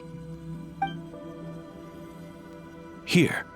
I want you to have this. A notebook? You can use it to write things down. I don't need to write things down. I have unlimited memory. Even so, some things are more important than others, right? You can use it to write about the things that matter. So you wish me to carry out a basic priority sorting operation? I suppose you can think of it like that for now. But journaling is also an act of finding oneself. Much like we use wooden stakes to guide a plant to grow in a certain manner, what we choose to write down gives the soul much needed direction. In the act of choosing what to forget and what to hold on to, we decide what kind of person we want to become. I don't understand. Like I said earlier, I don't need something like this. This is where we were born, where our life began. Mornings of tending to the garden, afternoons spent cleaning, reading, or studying, evenings of cozying up by the fire, listening to Alain share stories about his past. Alain. What is it? What are you drinking? Oh, this? It's coffee. It, makes me more productive. I want to try it. Oh, okay. Here.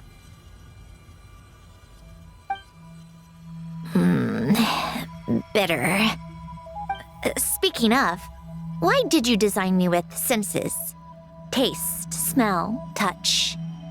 Well, I'm not quite sure. It just felt like the right thing to do. I suppose I hoped you might have a life of your own one day, and that you deserve to experience all life has to offer. Oh. Still bitter. But the smell is nice. I thought those peaceful days would go on forever. You know that's not possible. Maybe. But how was I supposed to know the end was just around the corner? That was just bad luck. Was it? Well, it certainly became a pattern, now didn't it?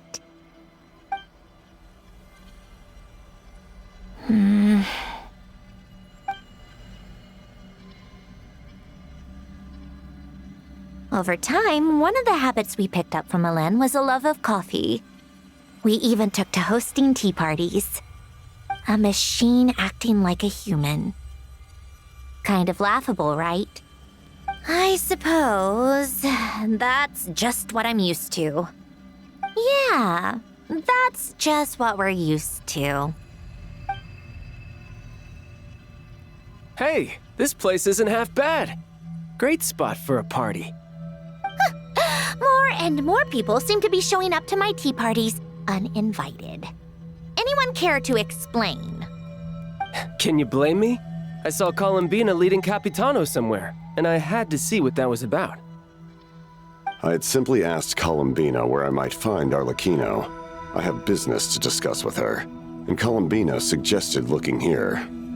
Tartaglia and I were unaware that this was a private gathering. Apologies for the intrusion. It won't be for long. Whatever. Just add it to the list of annoying things that have happened today. What's one more? Since you're here, you might as well stay for a cup of tea. See? Told you she wouldn't mind. Much obliged, Sandrone. Well, look who we have here. Good thing I brought extra desserts. This has turned into quite the occasion. Capitano, I was just about to go find you. Pardon the intrusion. Rest assured, I won't sully your gathering with talk of work. We can have our discussion later. Spoken like a true gentleman. A certain unmannered 11th seat could learn a thing or two. You know, you really should start being nicer to me, Rosaline. Or I might just snatch that 8th seat right out from under you. I'd like to see you try. If you're gonna fight, take it outside. The only mess I plan on cleaning up is tea-related. I still don't understand how our quiet afternoon turned into such a crowded gathering. One by one, people just kept barging in. And then, one by one, they left without a word. Yeah, pretty annoying, huh?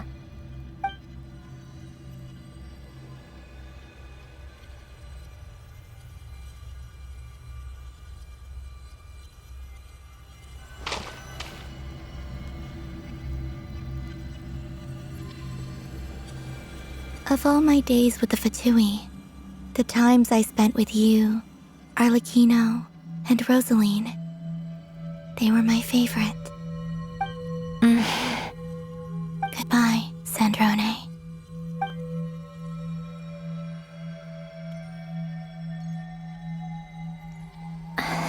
Don't go, Columbina. We should have just said that. Why didn't we? If we had, would the story have had a different ending? She couldn't stay. There was no future for her here. She would have just faded away. You're right. I suppose that's why you call me an anomaly. Every time you make a decision, there's a voice inside your heart. My voice, asking to contradict all logic and reason. Why didn't we make her stay? Is it worse to fight for something just to lose it? Or not to have fought at all? Don't you find it unfair? One by one, we keep losing the things we care about the most. But in the end, whether I want to fight for something or cry over all we've lost, you just push it down and pretend not to hear.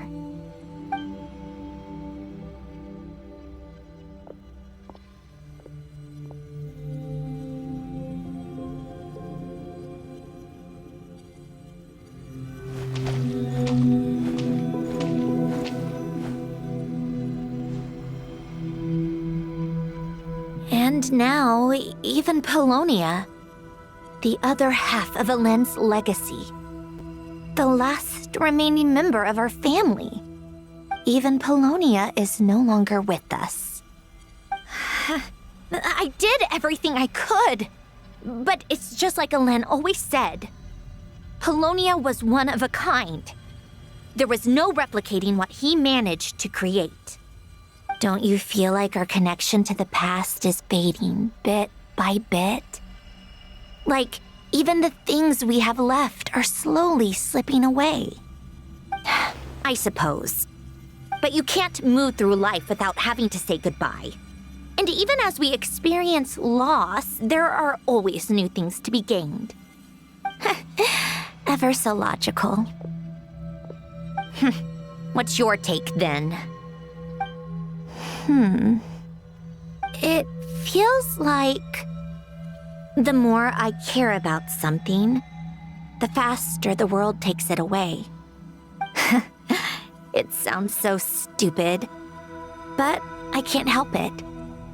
That's the hand life has dealt me time and time again. Why even fight for something that's just going to be lost in the end? Better to never have had it at all. Better if it would all just disappear. Dark, I know. But the heart wants what it wants. Maybe the stellar linchpin appeared because of me.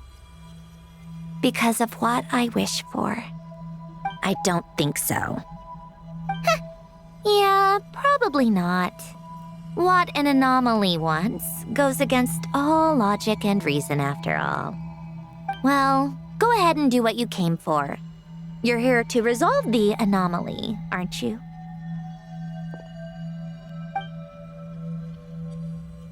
Yes. What's it gonna be? Keeping me imprisoned here like before? Or eliminating me entirely, like debugging a code? That might actually be a mercy. I don't care. I just don't want to experience the pain of loss ever again. Go ahead. I'm ready.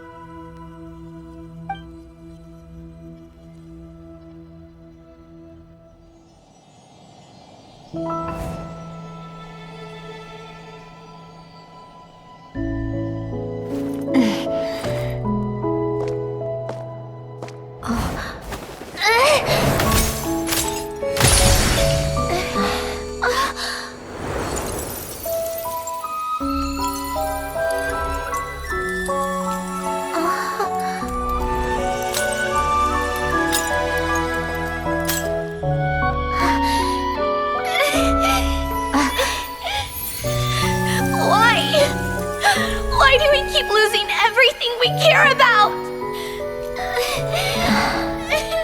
I know it hurts, but that's life. I wish... I know. I've always known. Because we've been one all along.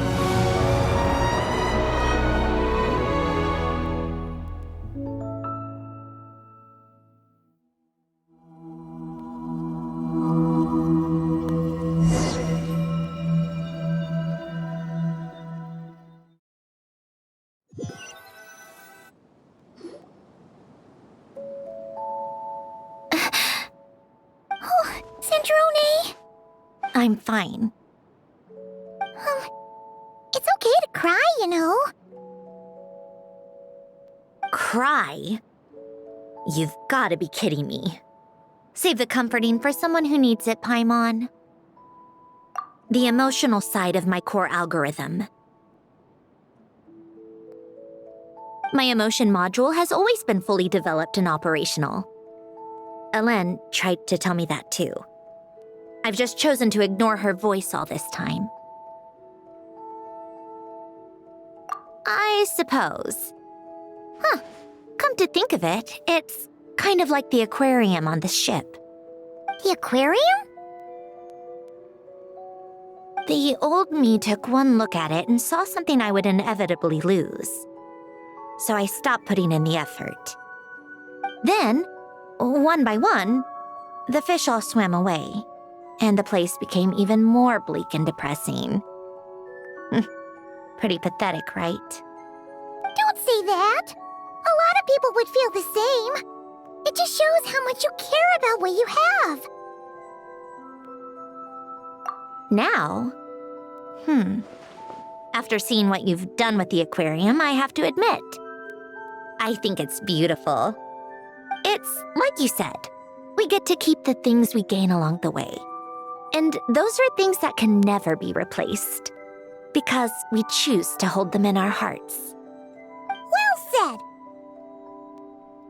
Besides, I've already died once.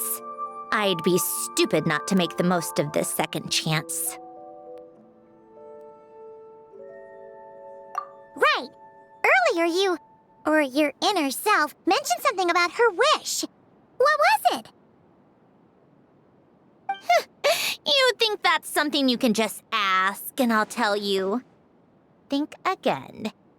I may have accepted my emotional self, but I'm not about to go all soft and mushy on the inside and pour my heart out. That said, taking a step in the right direction couldn't hurt. Starting with cleaning some old aquarium tanks of my own. Huh? Metaphorically speaking, I mean. Come on, let's head back to the ship. I need to talk to that shaman.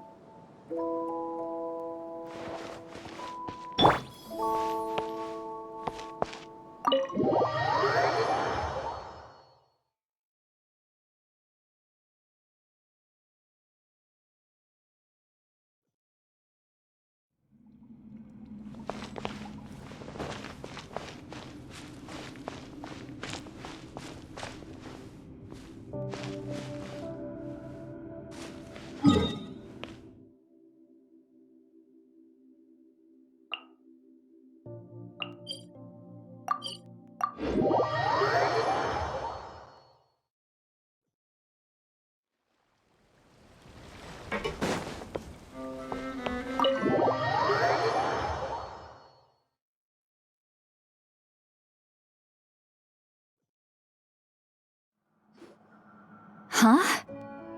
Resentful lost souls?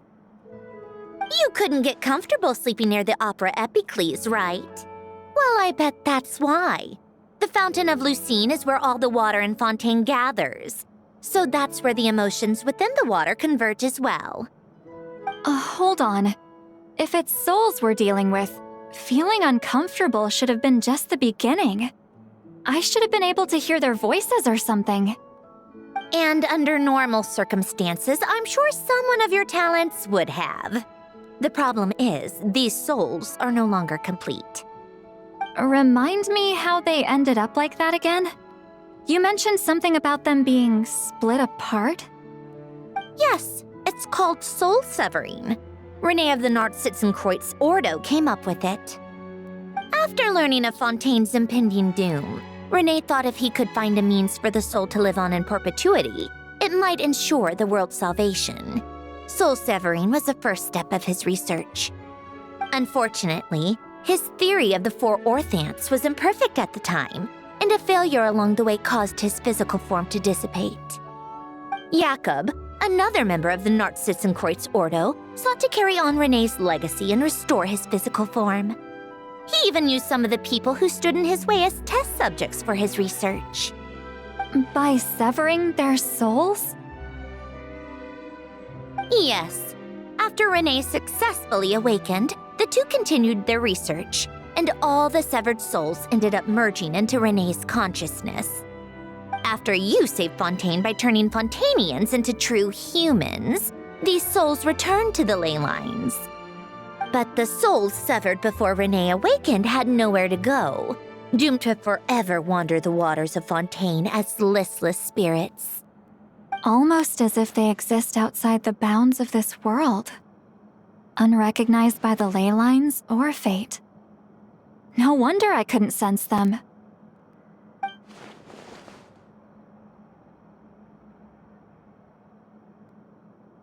Not only that, but over time, they began to fuse with other entities. Their inner resentment lured in all sorts of evil beings, which corrupted and defiled them into nothing more than accumulations of filth. But the full transformation must have been recent. Otherwise, the Udex surely would have noticed. Wait, no, he must know already. That would explain the underwater Melazine patrols. No wonder I kept running into officers from the Mara Chaussee Phantom earlier. In that case, let's go find Nervalette and we can sort it out together. No, not just yet. Why not? For one, the diplomatic castle alone would be a nightmare. Even though I haven't reported back to Snezhnaya yet, I'm not planning to leave the Fatui anytime soon. Besides, with me here, success is a done deal. Involving other people would just complicate things. All I need is for Miss Seatlolly to help pinpoint the location of this monstrosity. Think you can do it? With my eyes closed. This is what I do. I'm a lot better at it than manning a desk, at least. But, how exactly do you plan on resolving this soul stuff? Even to me, there's no obvious answer. Seems pretty complicated, all things considered.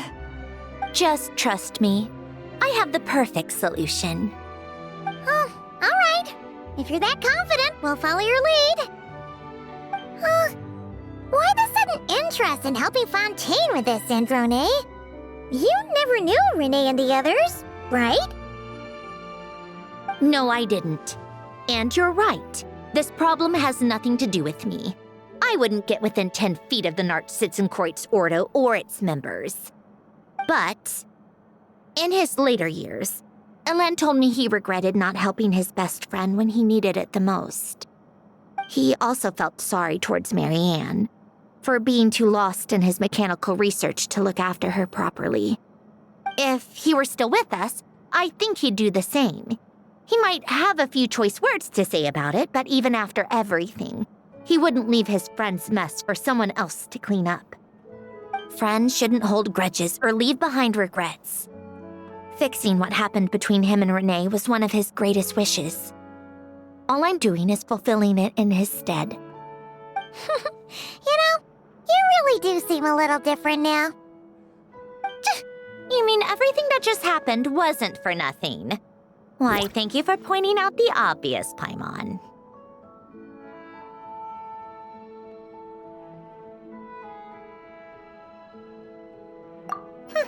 Just washing off the grime of the past.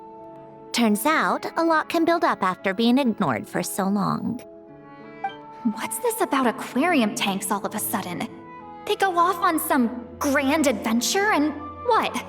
Now they have their own private code? Stupid. All right then, Sweet Lolly. Tracking this thing down is up to you. Huh? Oh, right. No problem. You got this, Granny Eatsley! You! Come with me to Hotel de Boer for a drink. Right now.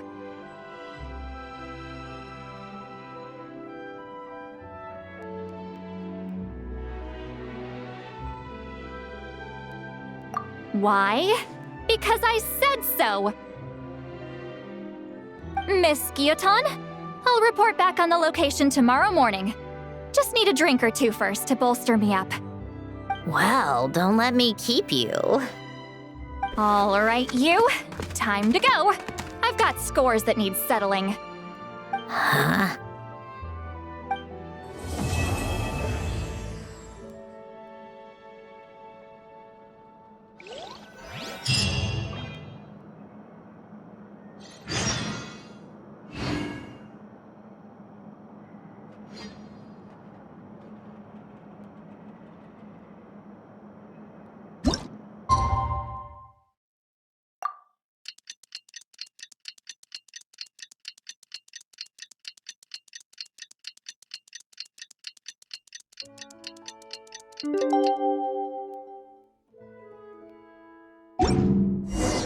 What? Time to meet up with Sandrone! Wonder if St. Lolly was able to pinpoint the location.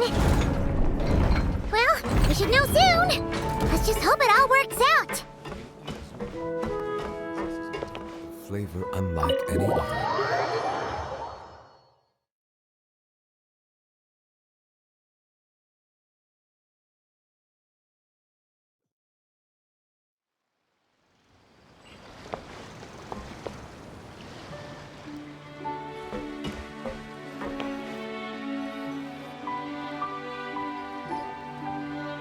Lolly sure drank a lot last night, huh?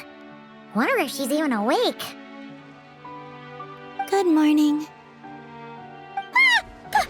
Columbina! Oh, you sure know how to make an entrance. What are you doing here? We just finished filming a last-minute scene, so I came up to get some fresh air. The others are still down below discussing what the final scene should be. You mean, how it should end? Yes, they're torn between whether the heroine should reunite with her old friend or not. Ah, because the whole point is that she came to her friend's homeland to search for her, right?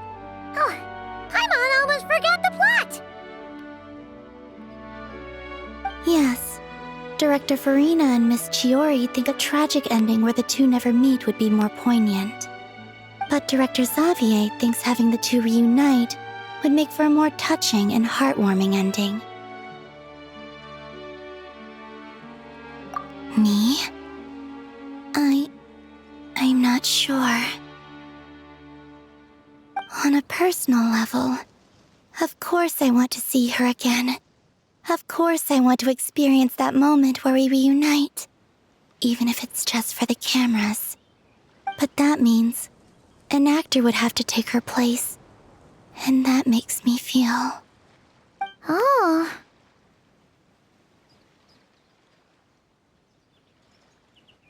Huh? Yeah, don't look so worried. Making a film is supposed to be fun. But besides, gonna work out. You can trust Paimon on that. Work out? How? Well, you know.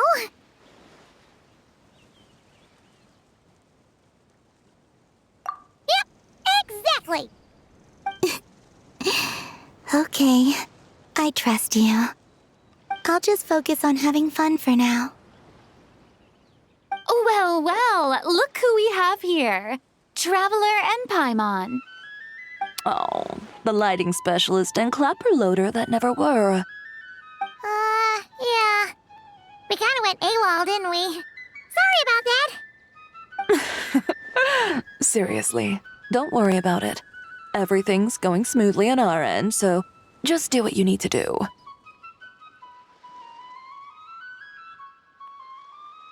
You seem to be in better spirits now, Miss Columbina. I apologize if our earlier discussion put you on the spot. It's okay, I'm fine now. The Traveler and Paimon talked me through it. So, what are your thoughts on the ending then? Should we have them reunite or not? We should tie everything up in bows. Huh?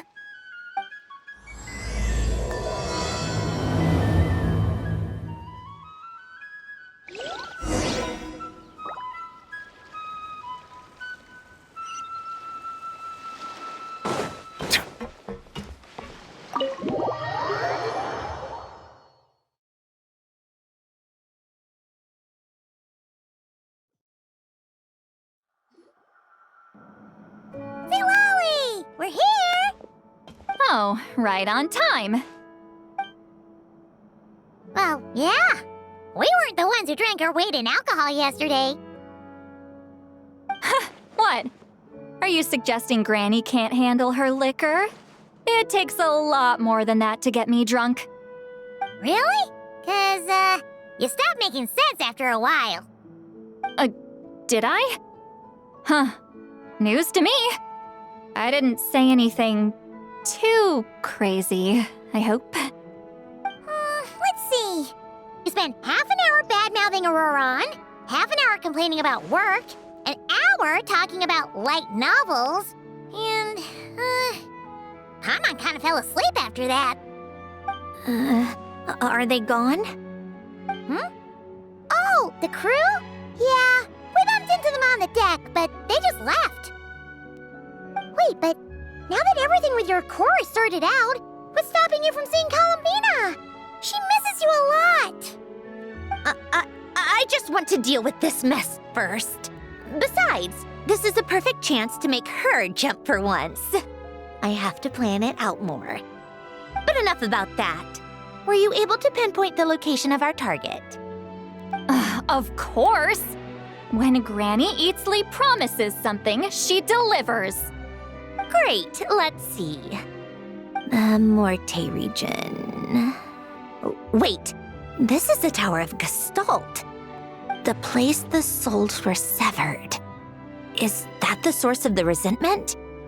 Or is it the Narzissen-Kreuz Ordo in general? Let me come with. This thing's movement isn't fixed. If it's not at this location when we get there, I can use a ritual to summon it. You've already gone to more than enough trouble. I don't mind. These old bones have nothing better to do anyway. Summoning a spirit isn't going to do me in. Besides, if I don't go, they'll just have more inside jokes I can't join in on. All right then. I appreciate it. There's no time to lose. Let's head out!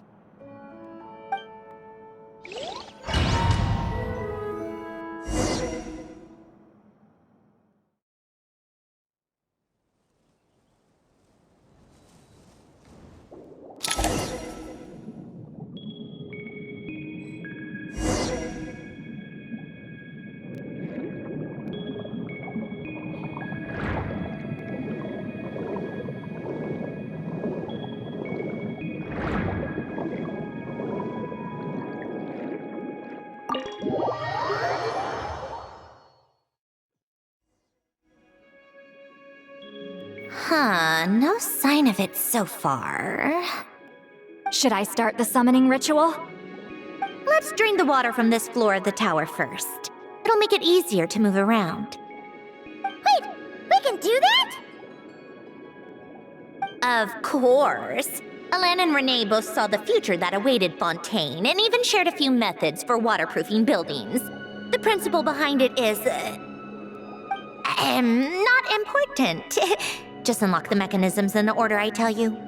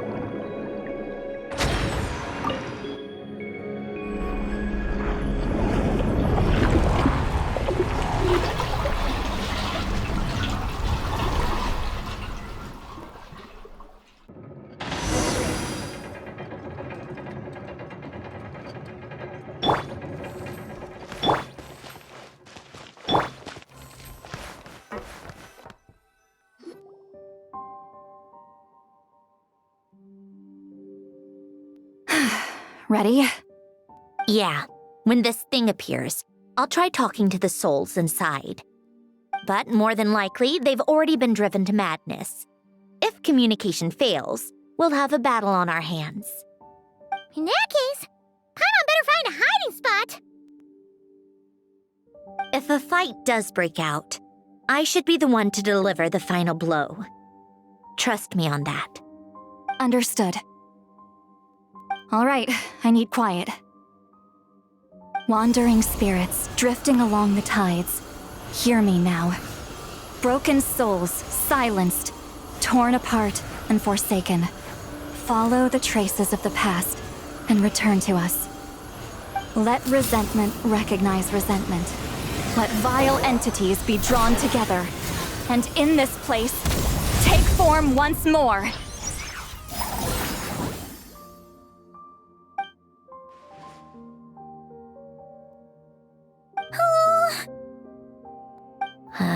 What now? Is that it? This is exactly why I deal in math, not magic. How are we supposed to know what stage the spell is at?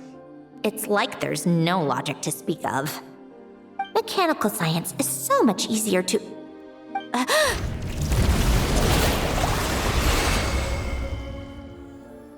Watch out!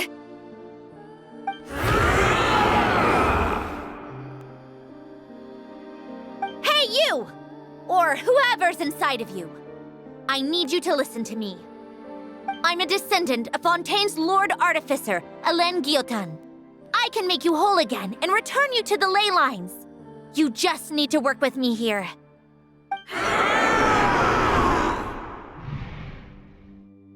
Centrone! Looks like talking this out is off the table. All right, plan B. Time to blow off some steam.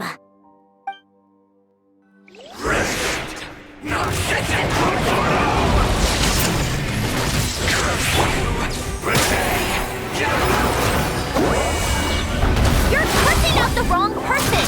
I didn't even know them!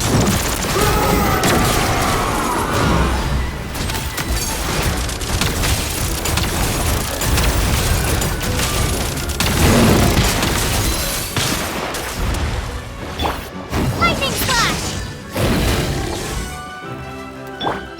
Show no mercy! Suffer the wrath of Eastling!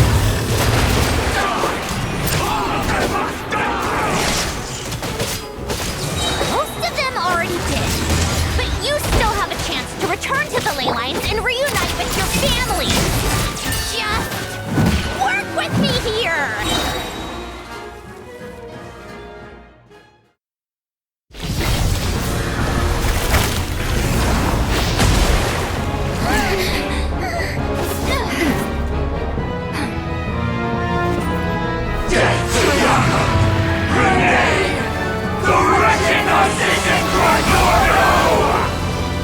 And... yeah! not like them.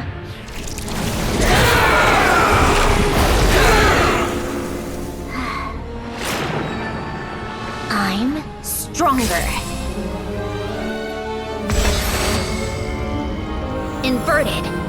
World formula. Reversion.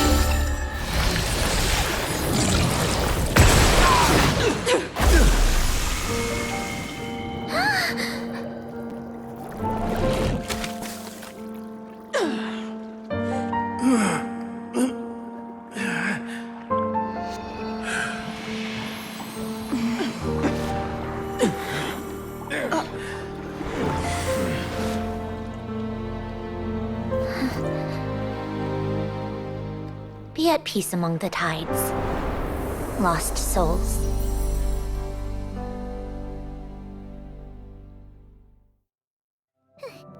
Is it over? Yep, told you it'd be a piece of cake. How did you do that back there? That creature was nothing special. Add a bunch of souls with nowhere to go, a touch of malicious energy, a few impurities, and a whole lot of resentment, and that's what you get.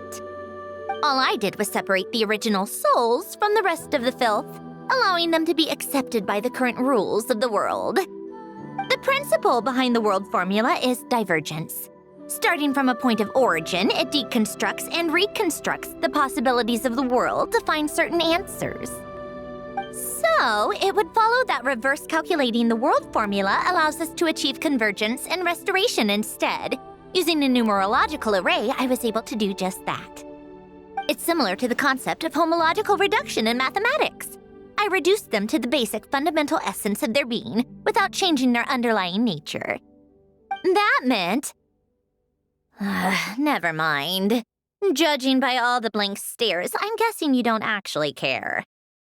I think I finally understand how Outlanders feel when I ramble on about shaman stuff.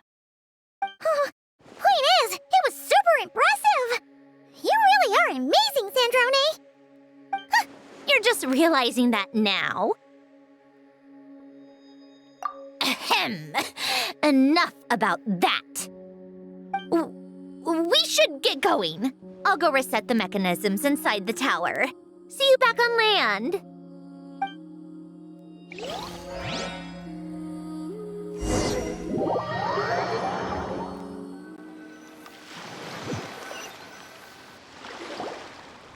Well, that's one old mess for the books. Glad to have that over and done with. Feels nice to do a good deed every once in a while. You helped everyone out a bunch in Nod-Krai, too. Kinda seems like you're just a good person at heart. I wouldn't be so sure. I'll be heading back to the Fatui soon enough. You two are too trusting sometimes. Fine. Just don't say I didn't warn you when it comes back to bite you. Well, where to next? Back to the ship? Yeah! Your personal business, the Narcitsan thing, it's all resolved. That means you can see the people that need seeing now, right, Sandrone? Oh, everyone's gonna be so happy you're back! You wouldn't catch me dead admitting to this before, but... yeah, I really have missed everyone. Columbina's a special case, though. This time, I'm definitely getting her back for all her annoying antics over the years.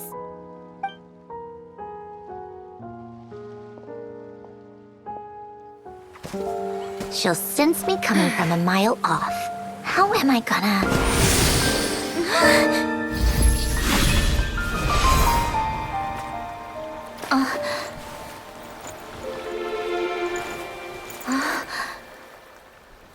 Sandrone? Is it really you? You're back? You didn't tell me. You avoided me. Why?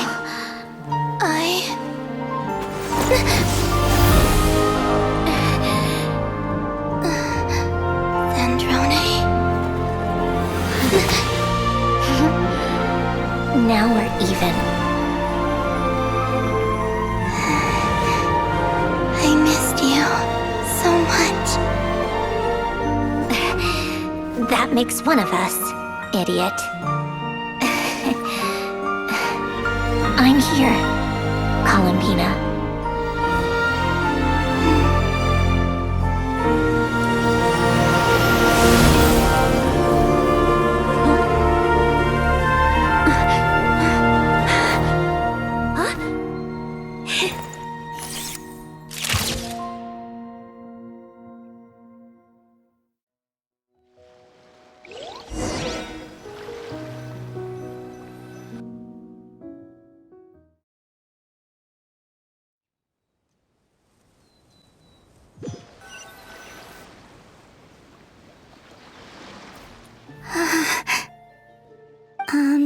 Sandrone.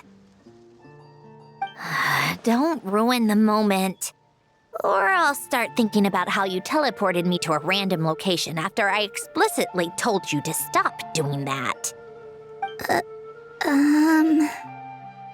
And scene! Bravo! Bravo! We got it! This is exactly the ending I was hoping for.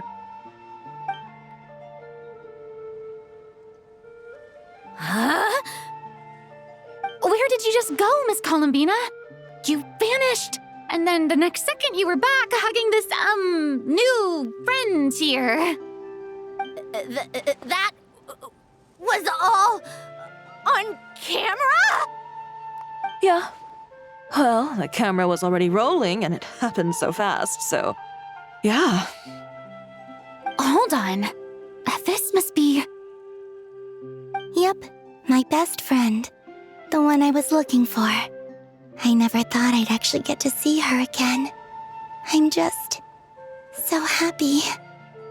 Plus, the film got a happy ending too. It's all thanks to you, Sandrone. Sandrone? You couldn't stop being annoying for 1 second? Columbina!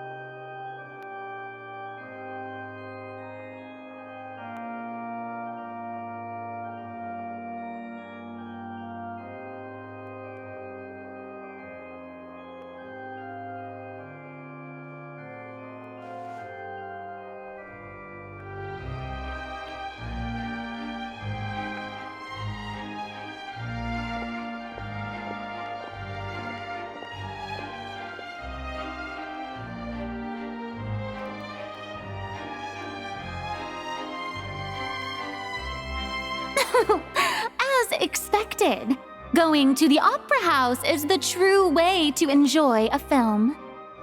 You get to see the audience's reaction in real time, too. The ending seemed to be received quite well. Paimon can't believe you let us include that in the final cut, Sandrone! You even agreed to help us reshoot a couple of shots. Thanks a million. Most of it was caught on camera already, so it's not like I had much of a choice. Besides, the film I'm in is going to be anything less than perfect. What are you laughing at? Nothing. It was just interesting to see us on screen together. I'm glad this moment is going to be preserved forever.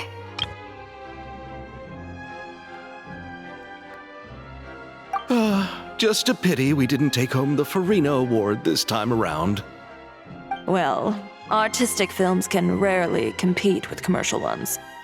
You should have prepared yourself for this the minute you changed the script. True. Oh, did I hear someone mention the Farina Award? Come on, don't gloat! I won't. Our crew winning the Farina Award was a team effort after all. Costume design, script adaptation. Ooh, and the practical effects were so realistic. The flames and explosions even made me jump while we were filming. A lot of the effects were based on actual items the Special Patrol confiscated from criminals. Who knew they'd serve another purpose, right? But it turned out amazing! Really brought the thrilling scenes from the novel to life. Fontaine's film industry is seriously impressive. Which film did you vote for, Silali? Isn't it obvious? Great Detective Herlock, of course! That's the whole reason I'm here! You all should be proud, though. A lot of critics are saying really good things about your film, too. Longing and loss, searching for something even after it's gone. It's a film that makes you think about life and how important it is to explore those themes. Well, that is what the art of storytelling is for. Watching a film with friends is so much fun! There's so much to talk about! Ooh, let's throw a celebration later then! We're all old friends! Oh, we could find a place and chat to our heart's content! How about the Winglet? That's perfect! Friends and family are more than welcome too. So if you want to bring people, don't be shy. You all can head over first and make yourselves at home. I'll bring over some refreshments in a bit. I just have one more stop to make first. Can I come? Fine. Not like you'd listen if I tried to stop you.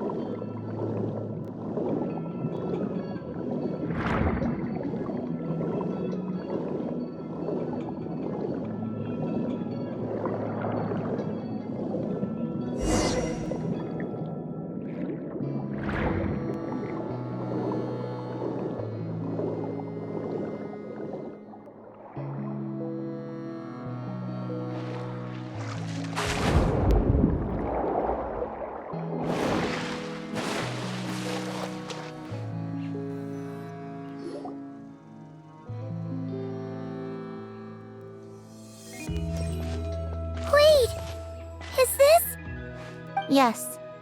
Here lies Lord Artificer, Elaine Guillotin. This is his grave.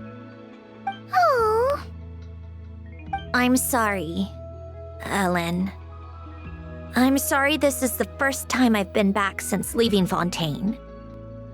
I should have come to see you more often. I got your gift. I even cleaned up one of the Nartsitzenkreuz Ordo's messes along the way. Our home is just as quiet and warm as it always was.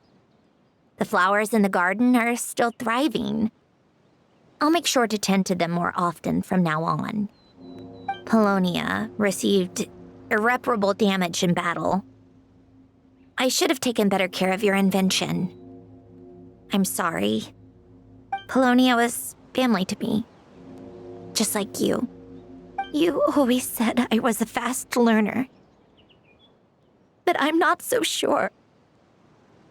It took me far too long to learn the things that truly matter. I never said this to you back then, but thank you for creating me, for giving me the chance to experience life.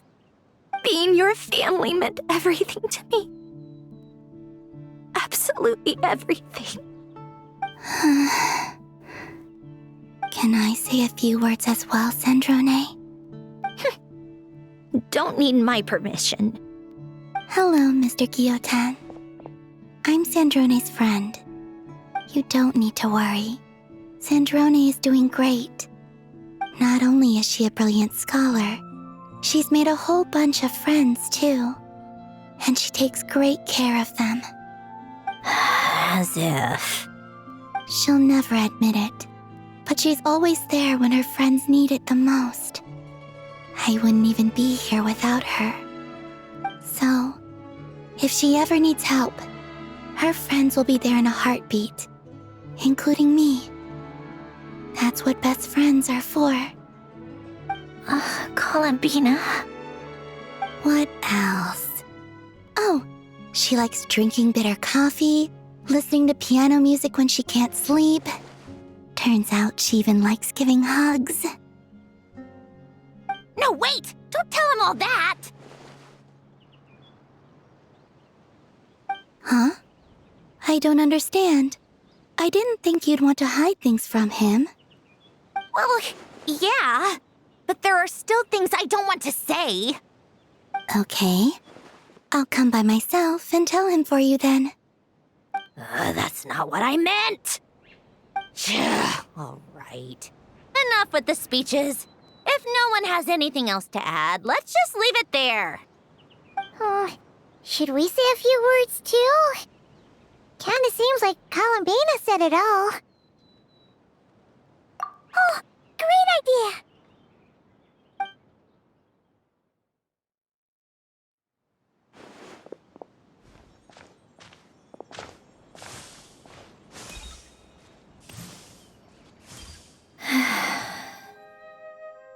Goodbye, Ellen.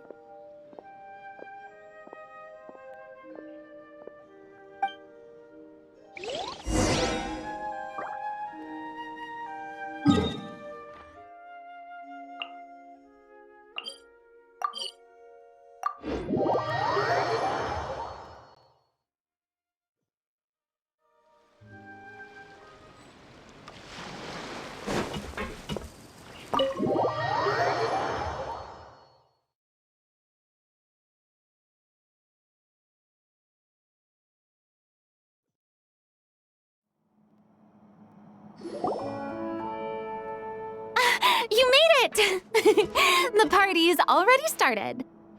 Oh, but, you didn't bring anyone else along? I thought you headed out to invite some friends. We did invite a friend, actually. She'll be here soon. She's even bringing some desserts to have over tea. You should join us later, Miss Farina. I do love a tea party. Then don't mind if I do. This seems like a fun occasion. Let's go talk with everyone. Good idea! We'll introduce you to all our old friends.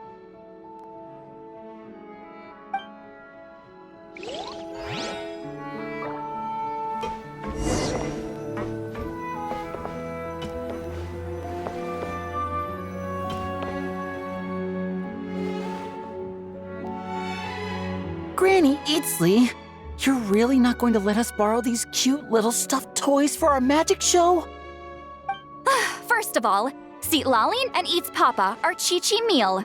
They have inauspicious stars sealed within them, and they're my helpers, not toys. But the Grin Malkin Cat and Boggle Cat box are Linny and Lynette's helpers. And they still make good partners on stage. Agreed. We've never had a Chi-Chi meal pop out of our hats before. It would be quite the surprise. I think the audience would love it. If this was the Masters of the Night Wind, these kids wouldn't have even had the guts to say my name, let alone pester me like this. I'm terrible at dealing with requests like this. Oh, Traveler, quick, save me! You think you're so funny. Lady Sandrone, Lady Columbina. Hello. Don't look at me like that. I don't don't have any mechanisms for you to break. Don't be fooled by my sister's demeanor, Lady Sandrone. She's just as delighted as the rest of us to have you back. Well, I suppose when I'm not so busy, I could find some time when Arlecchino is around and bring over a few gifts to the House of the Hearth. You're too kind, Lady Sandrone. I'm sure just your visit alone would make Father more than happy. I just need to borrow them for a bit. I'll pull them out of my hat, give them a quick hug, then give them straight back. When did hugging become a part of it? Oh! I could lend you pair, so you have something to hug in the meantime. He gives really good hugs. I don't need something to hug in the meantime. The issue was never the hugs. How about this? You can have 2 VIP tickets right next to each other. Excellent view. Right next to each other?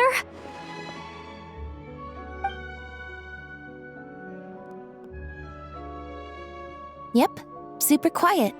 No one will bother you. I'm sure you'll have a great time. Fine.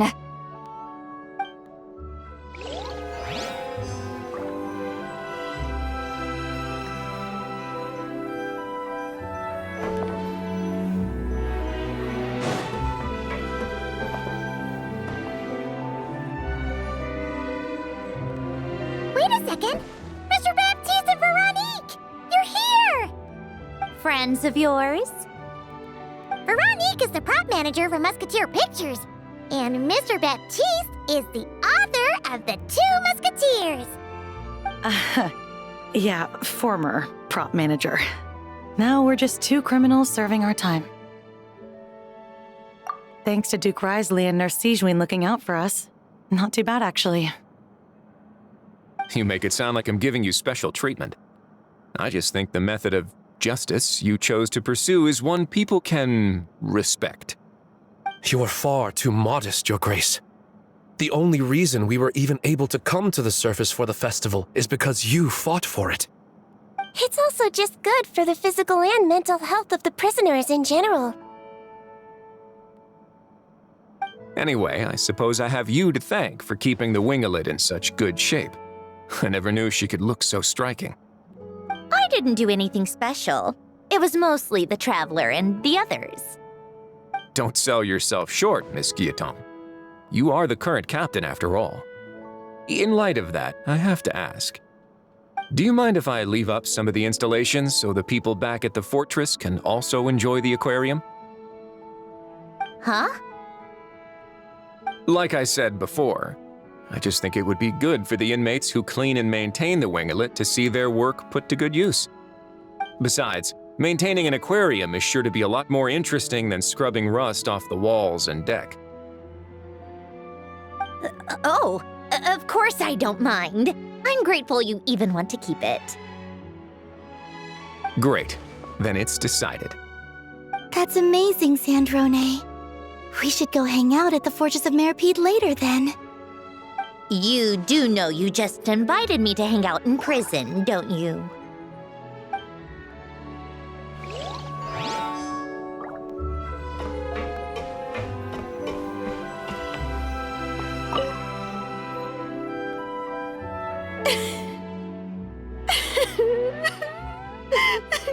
What a dream come true! For once, it all worked out! I can die without regrets. Let's not get too ahead of ourselves, Director Lapine Pauline. What was in that piece of cake you just handed her, Escoffier? Romaritime flowers, eggs, flour, same as all the other pieces. What, you think I tampered with it? Playing a detective in real life now too, are we? Oh, it's so delicious! I'm so happy! My life has peaked!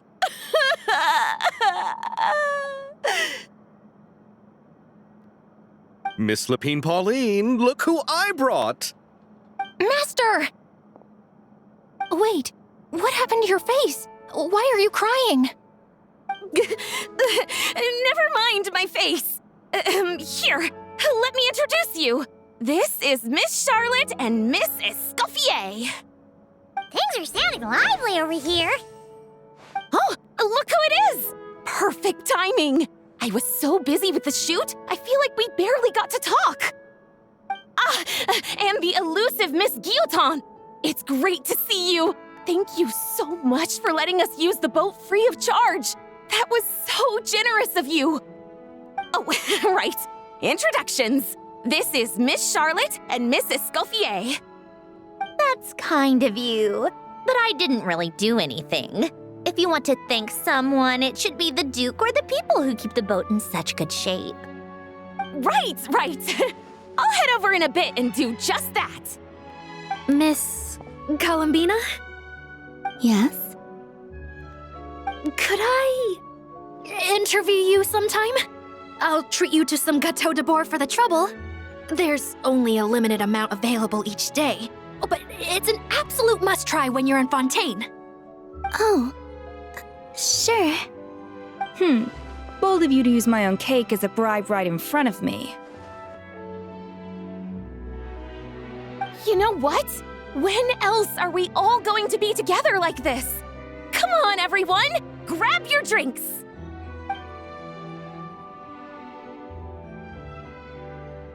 Are we going to toast? Yup! Come on! Sante!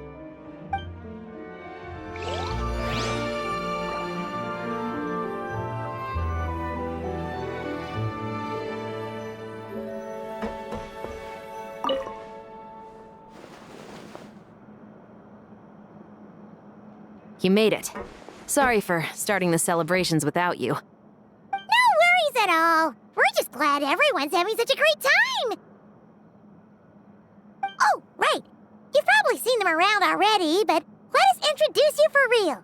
This is... Miss Columbina and Miss Guillotin, right? Oh, we saw the film you were in. It was so touching. Yep. This one started bawling her eyes out right next to me in the theater. I know. I didn't bring nearly enough tissues.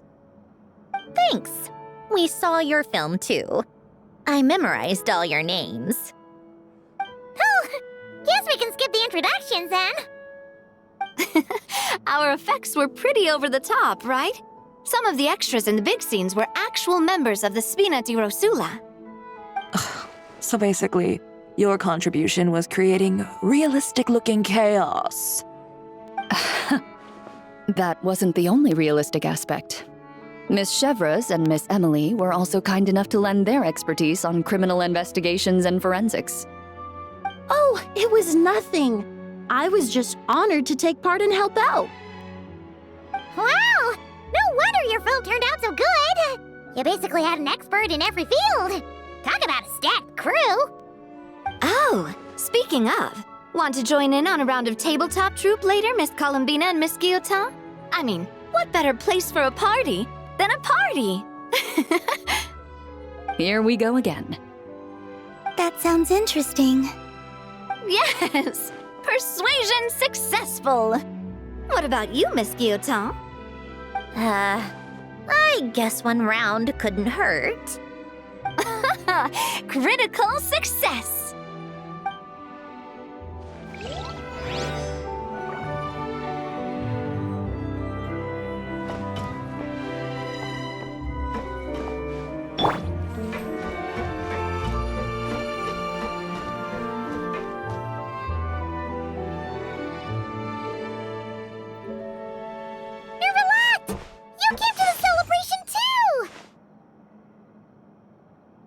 Yes.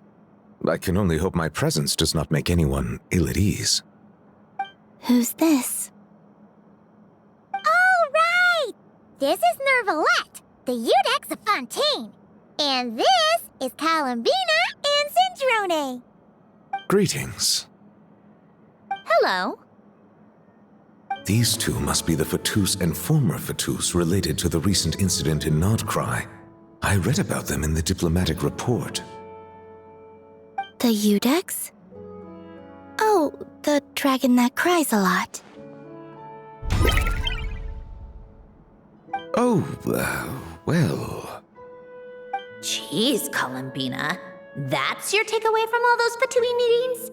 Seriously? Is that truly how I'm portrayed in the Fatui's intelligence?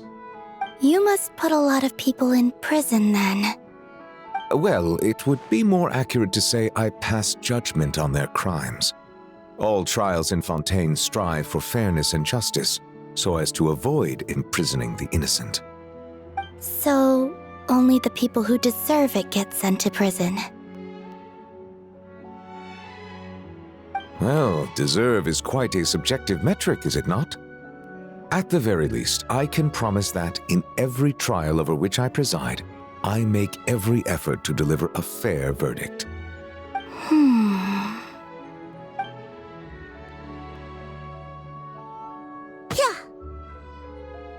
Oh, for the love of... what is she doing now? You seem like a good dragon.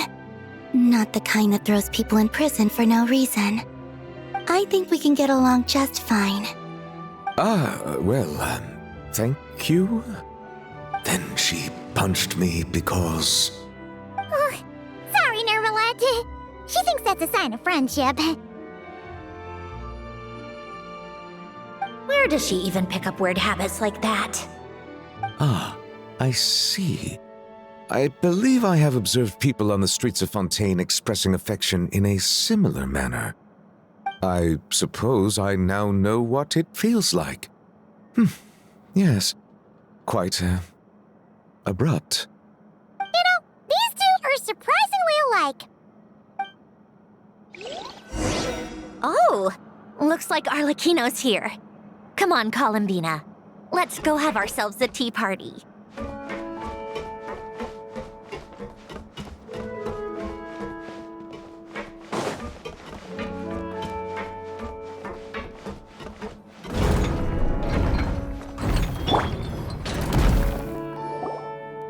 Well, it's been quite some time since the three of us gathered to drink tea like this. Yes, but your tea is as good as ever, Sandrone. Of course it is. The pastries you brought aren't half bad either, Arlecchino. I'm glad to hear it. Are they to your liking, Miss Farina? If I remember correctly, this particular cake is your favorite. Yes, thank you. The tea and pastries are absolutely delicious. I can't believe I'm casually sipping tea with 3 harbingers. Or are some of them former harbingers? Who knows? Due to diplomatic reasons at the time, our last tea party was rather tense, wasn't it, Miss Farina? You have my apologies. But this is simply a casual gathering of close friends. So I do hope you can relax and enjoy yourself. Of course! I appreciate the hospitality, in both cases. Next time, let me be the one to treat all of you. I'm sure we'd all be delighted to have you join us more often. The same goes for you two.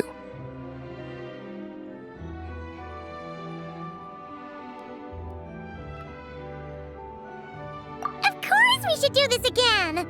We've all been through thick and thin together by this point. This is nice, Sandrone. It reminds me of the happy times back in Snezhnaya, when things were so lively. Yeah. To be honest, I never thought these gatherings would feel this lively ever again.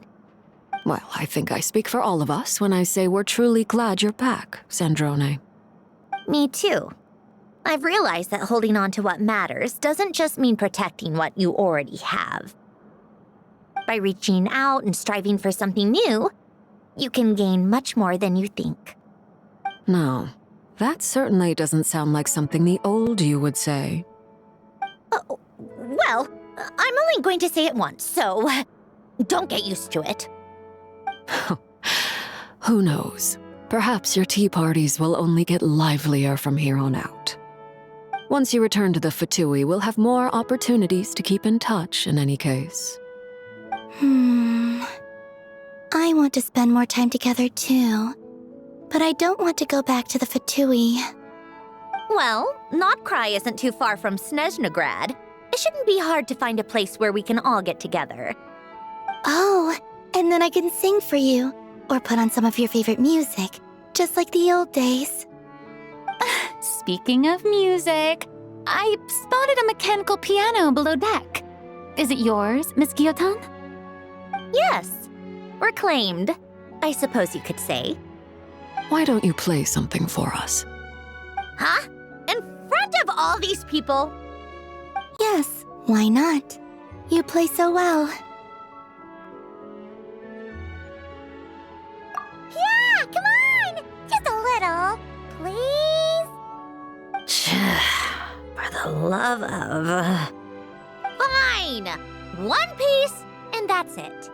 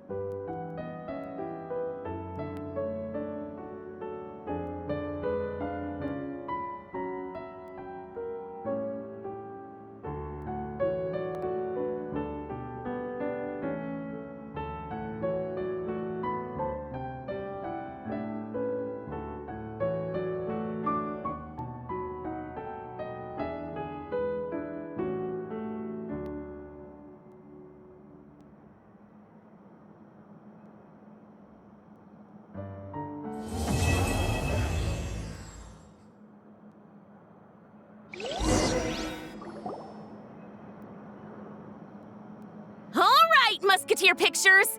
Everyone ready? I'm not sure I should be in this one. Of course you should. You might have primarily helped out another crew this time, but you're still a member of Musketeer Pictures. All right, thanks. I'll still stand a bit off to the side, though. Can I be in the picture too? Of course, Miss Veronique. I would have loved to have you in the last one too, if circumstances had allowed it. Thank you, Director Xavier. Do I really have to be front and center? You're one of the lead actors! Of course you do! Nervous, Sandrone? No! All right, look at the camera! And 3, 2, 1... Musketeer Pictures!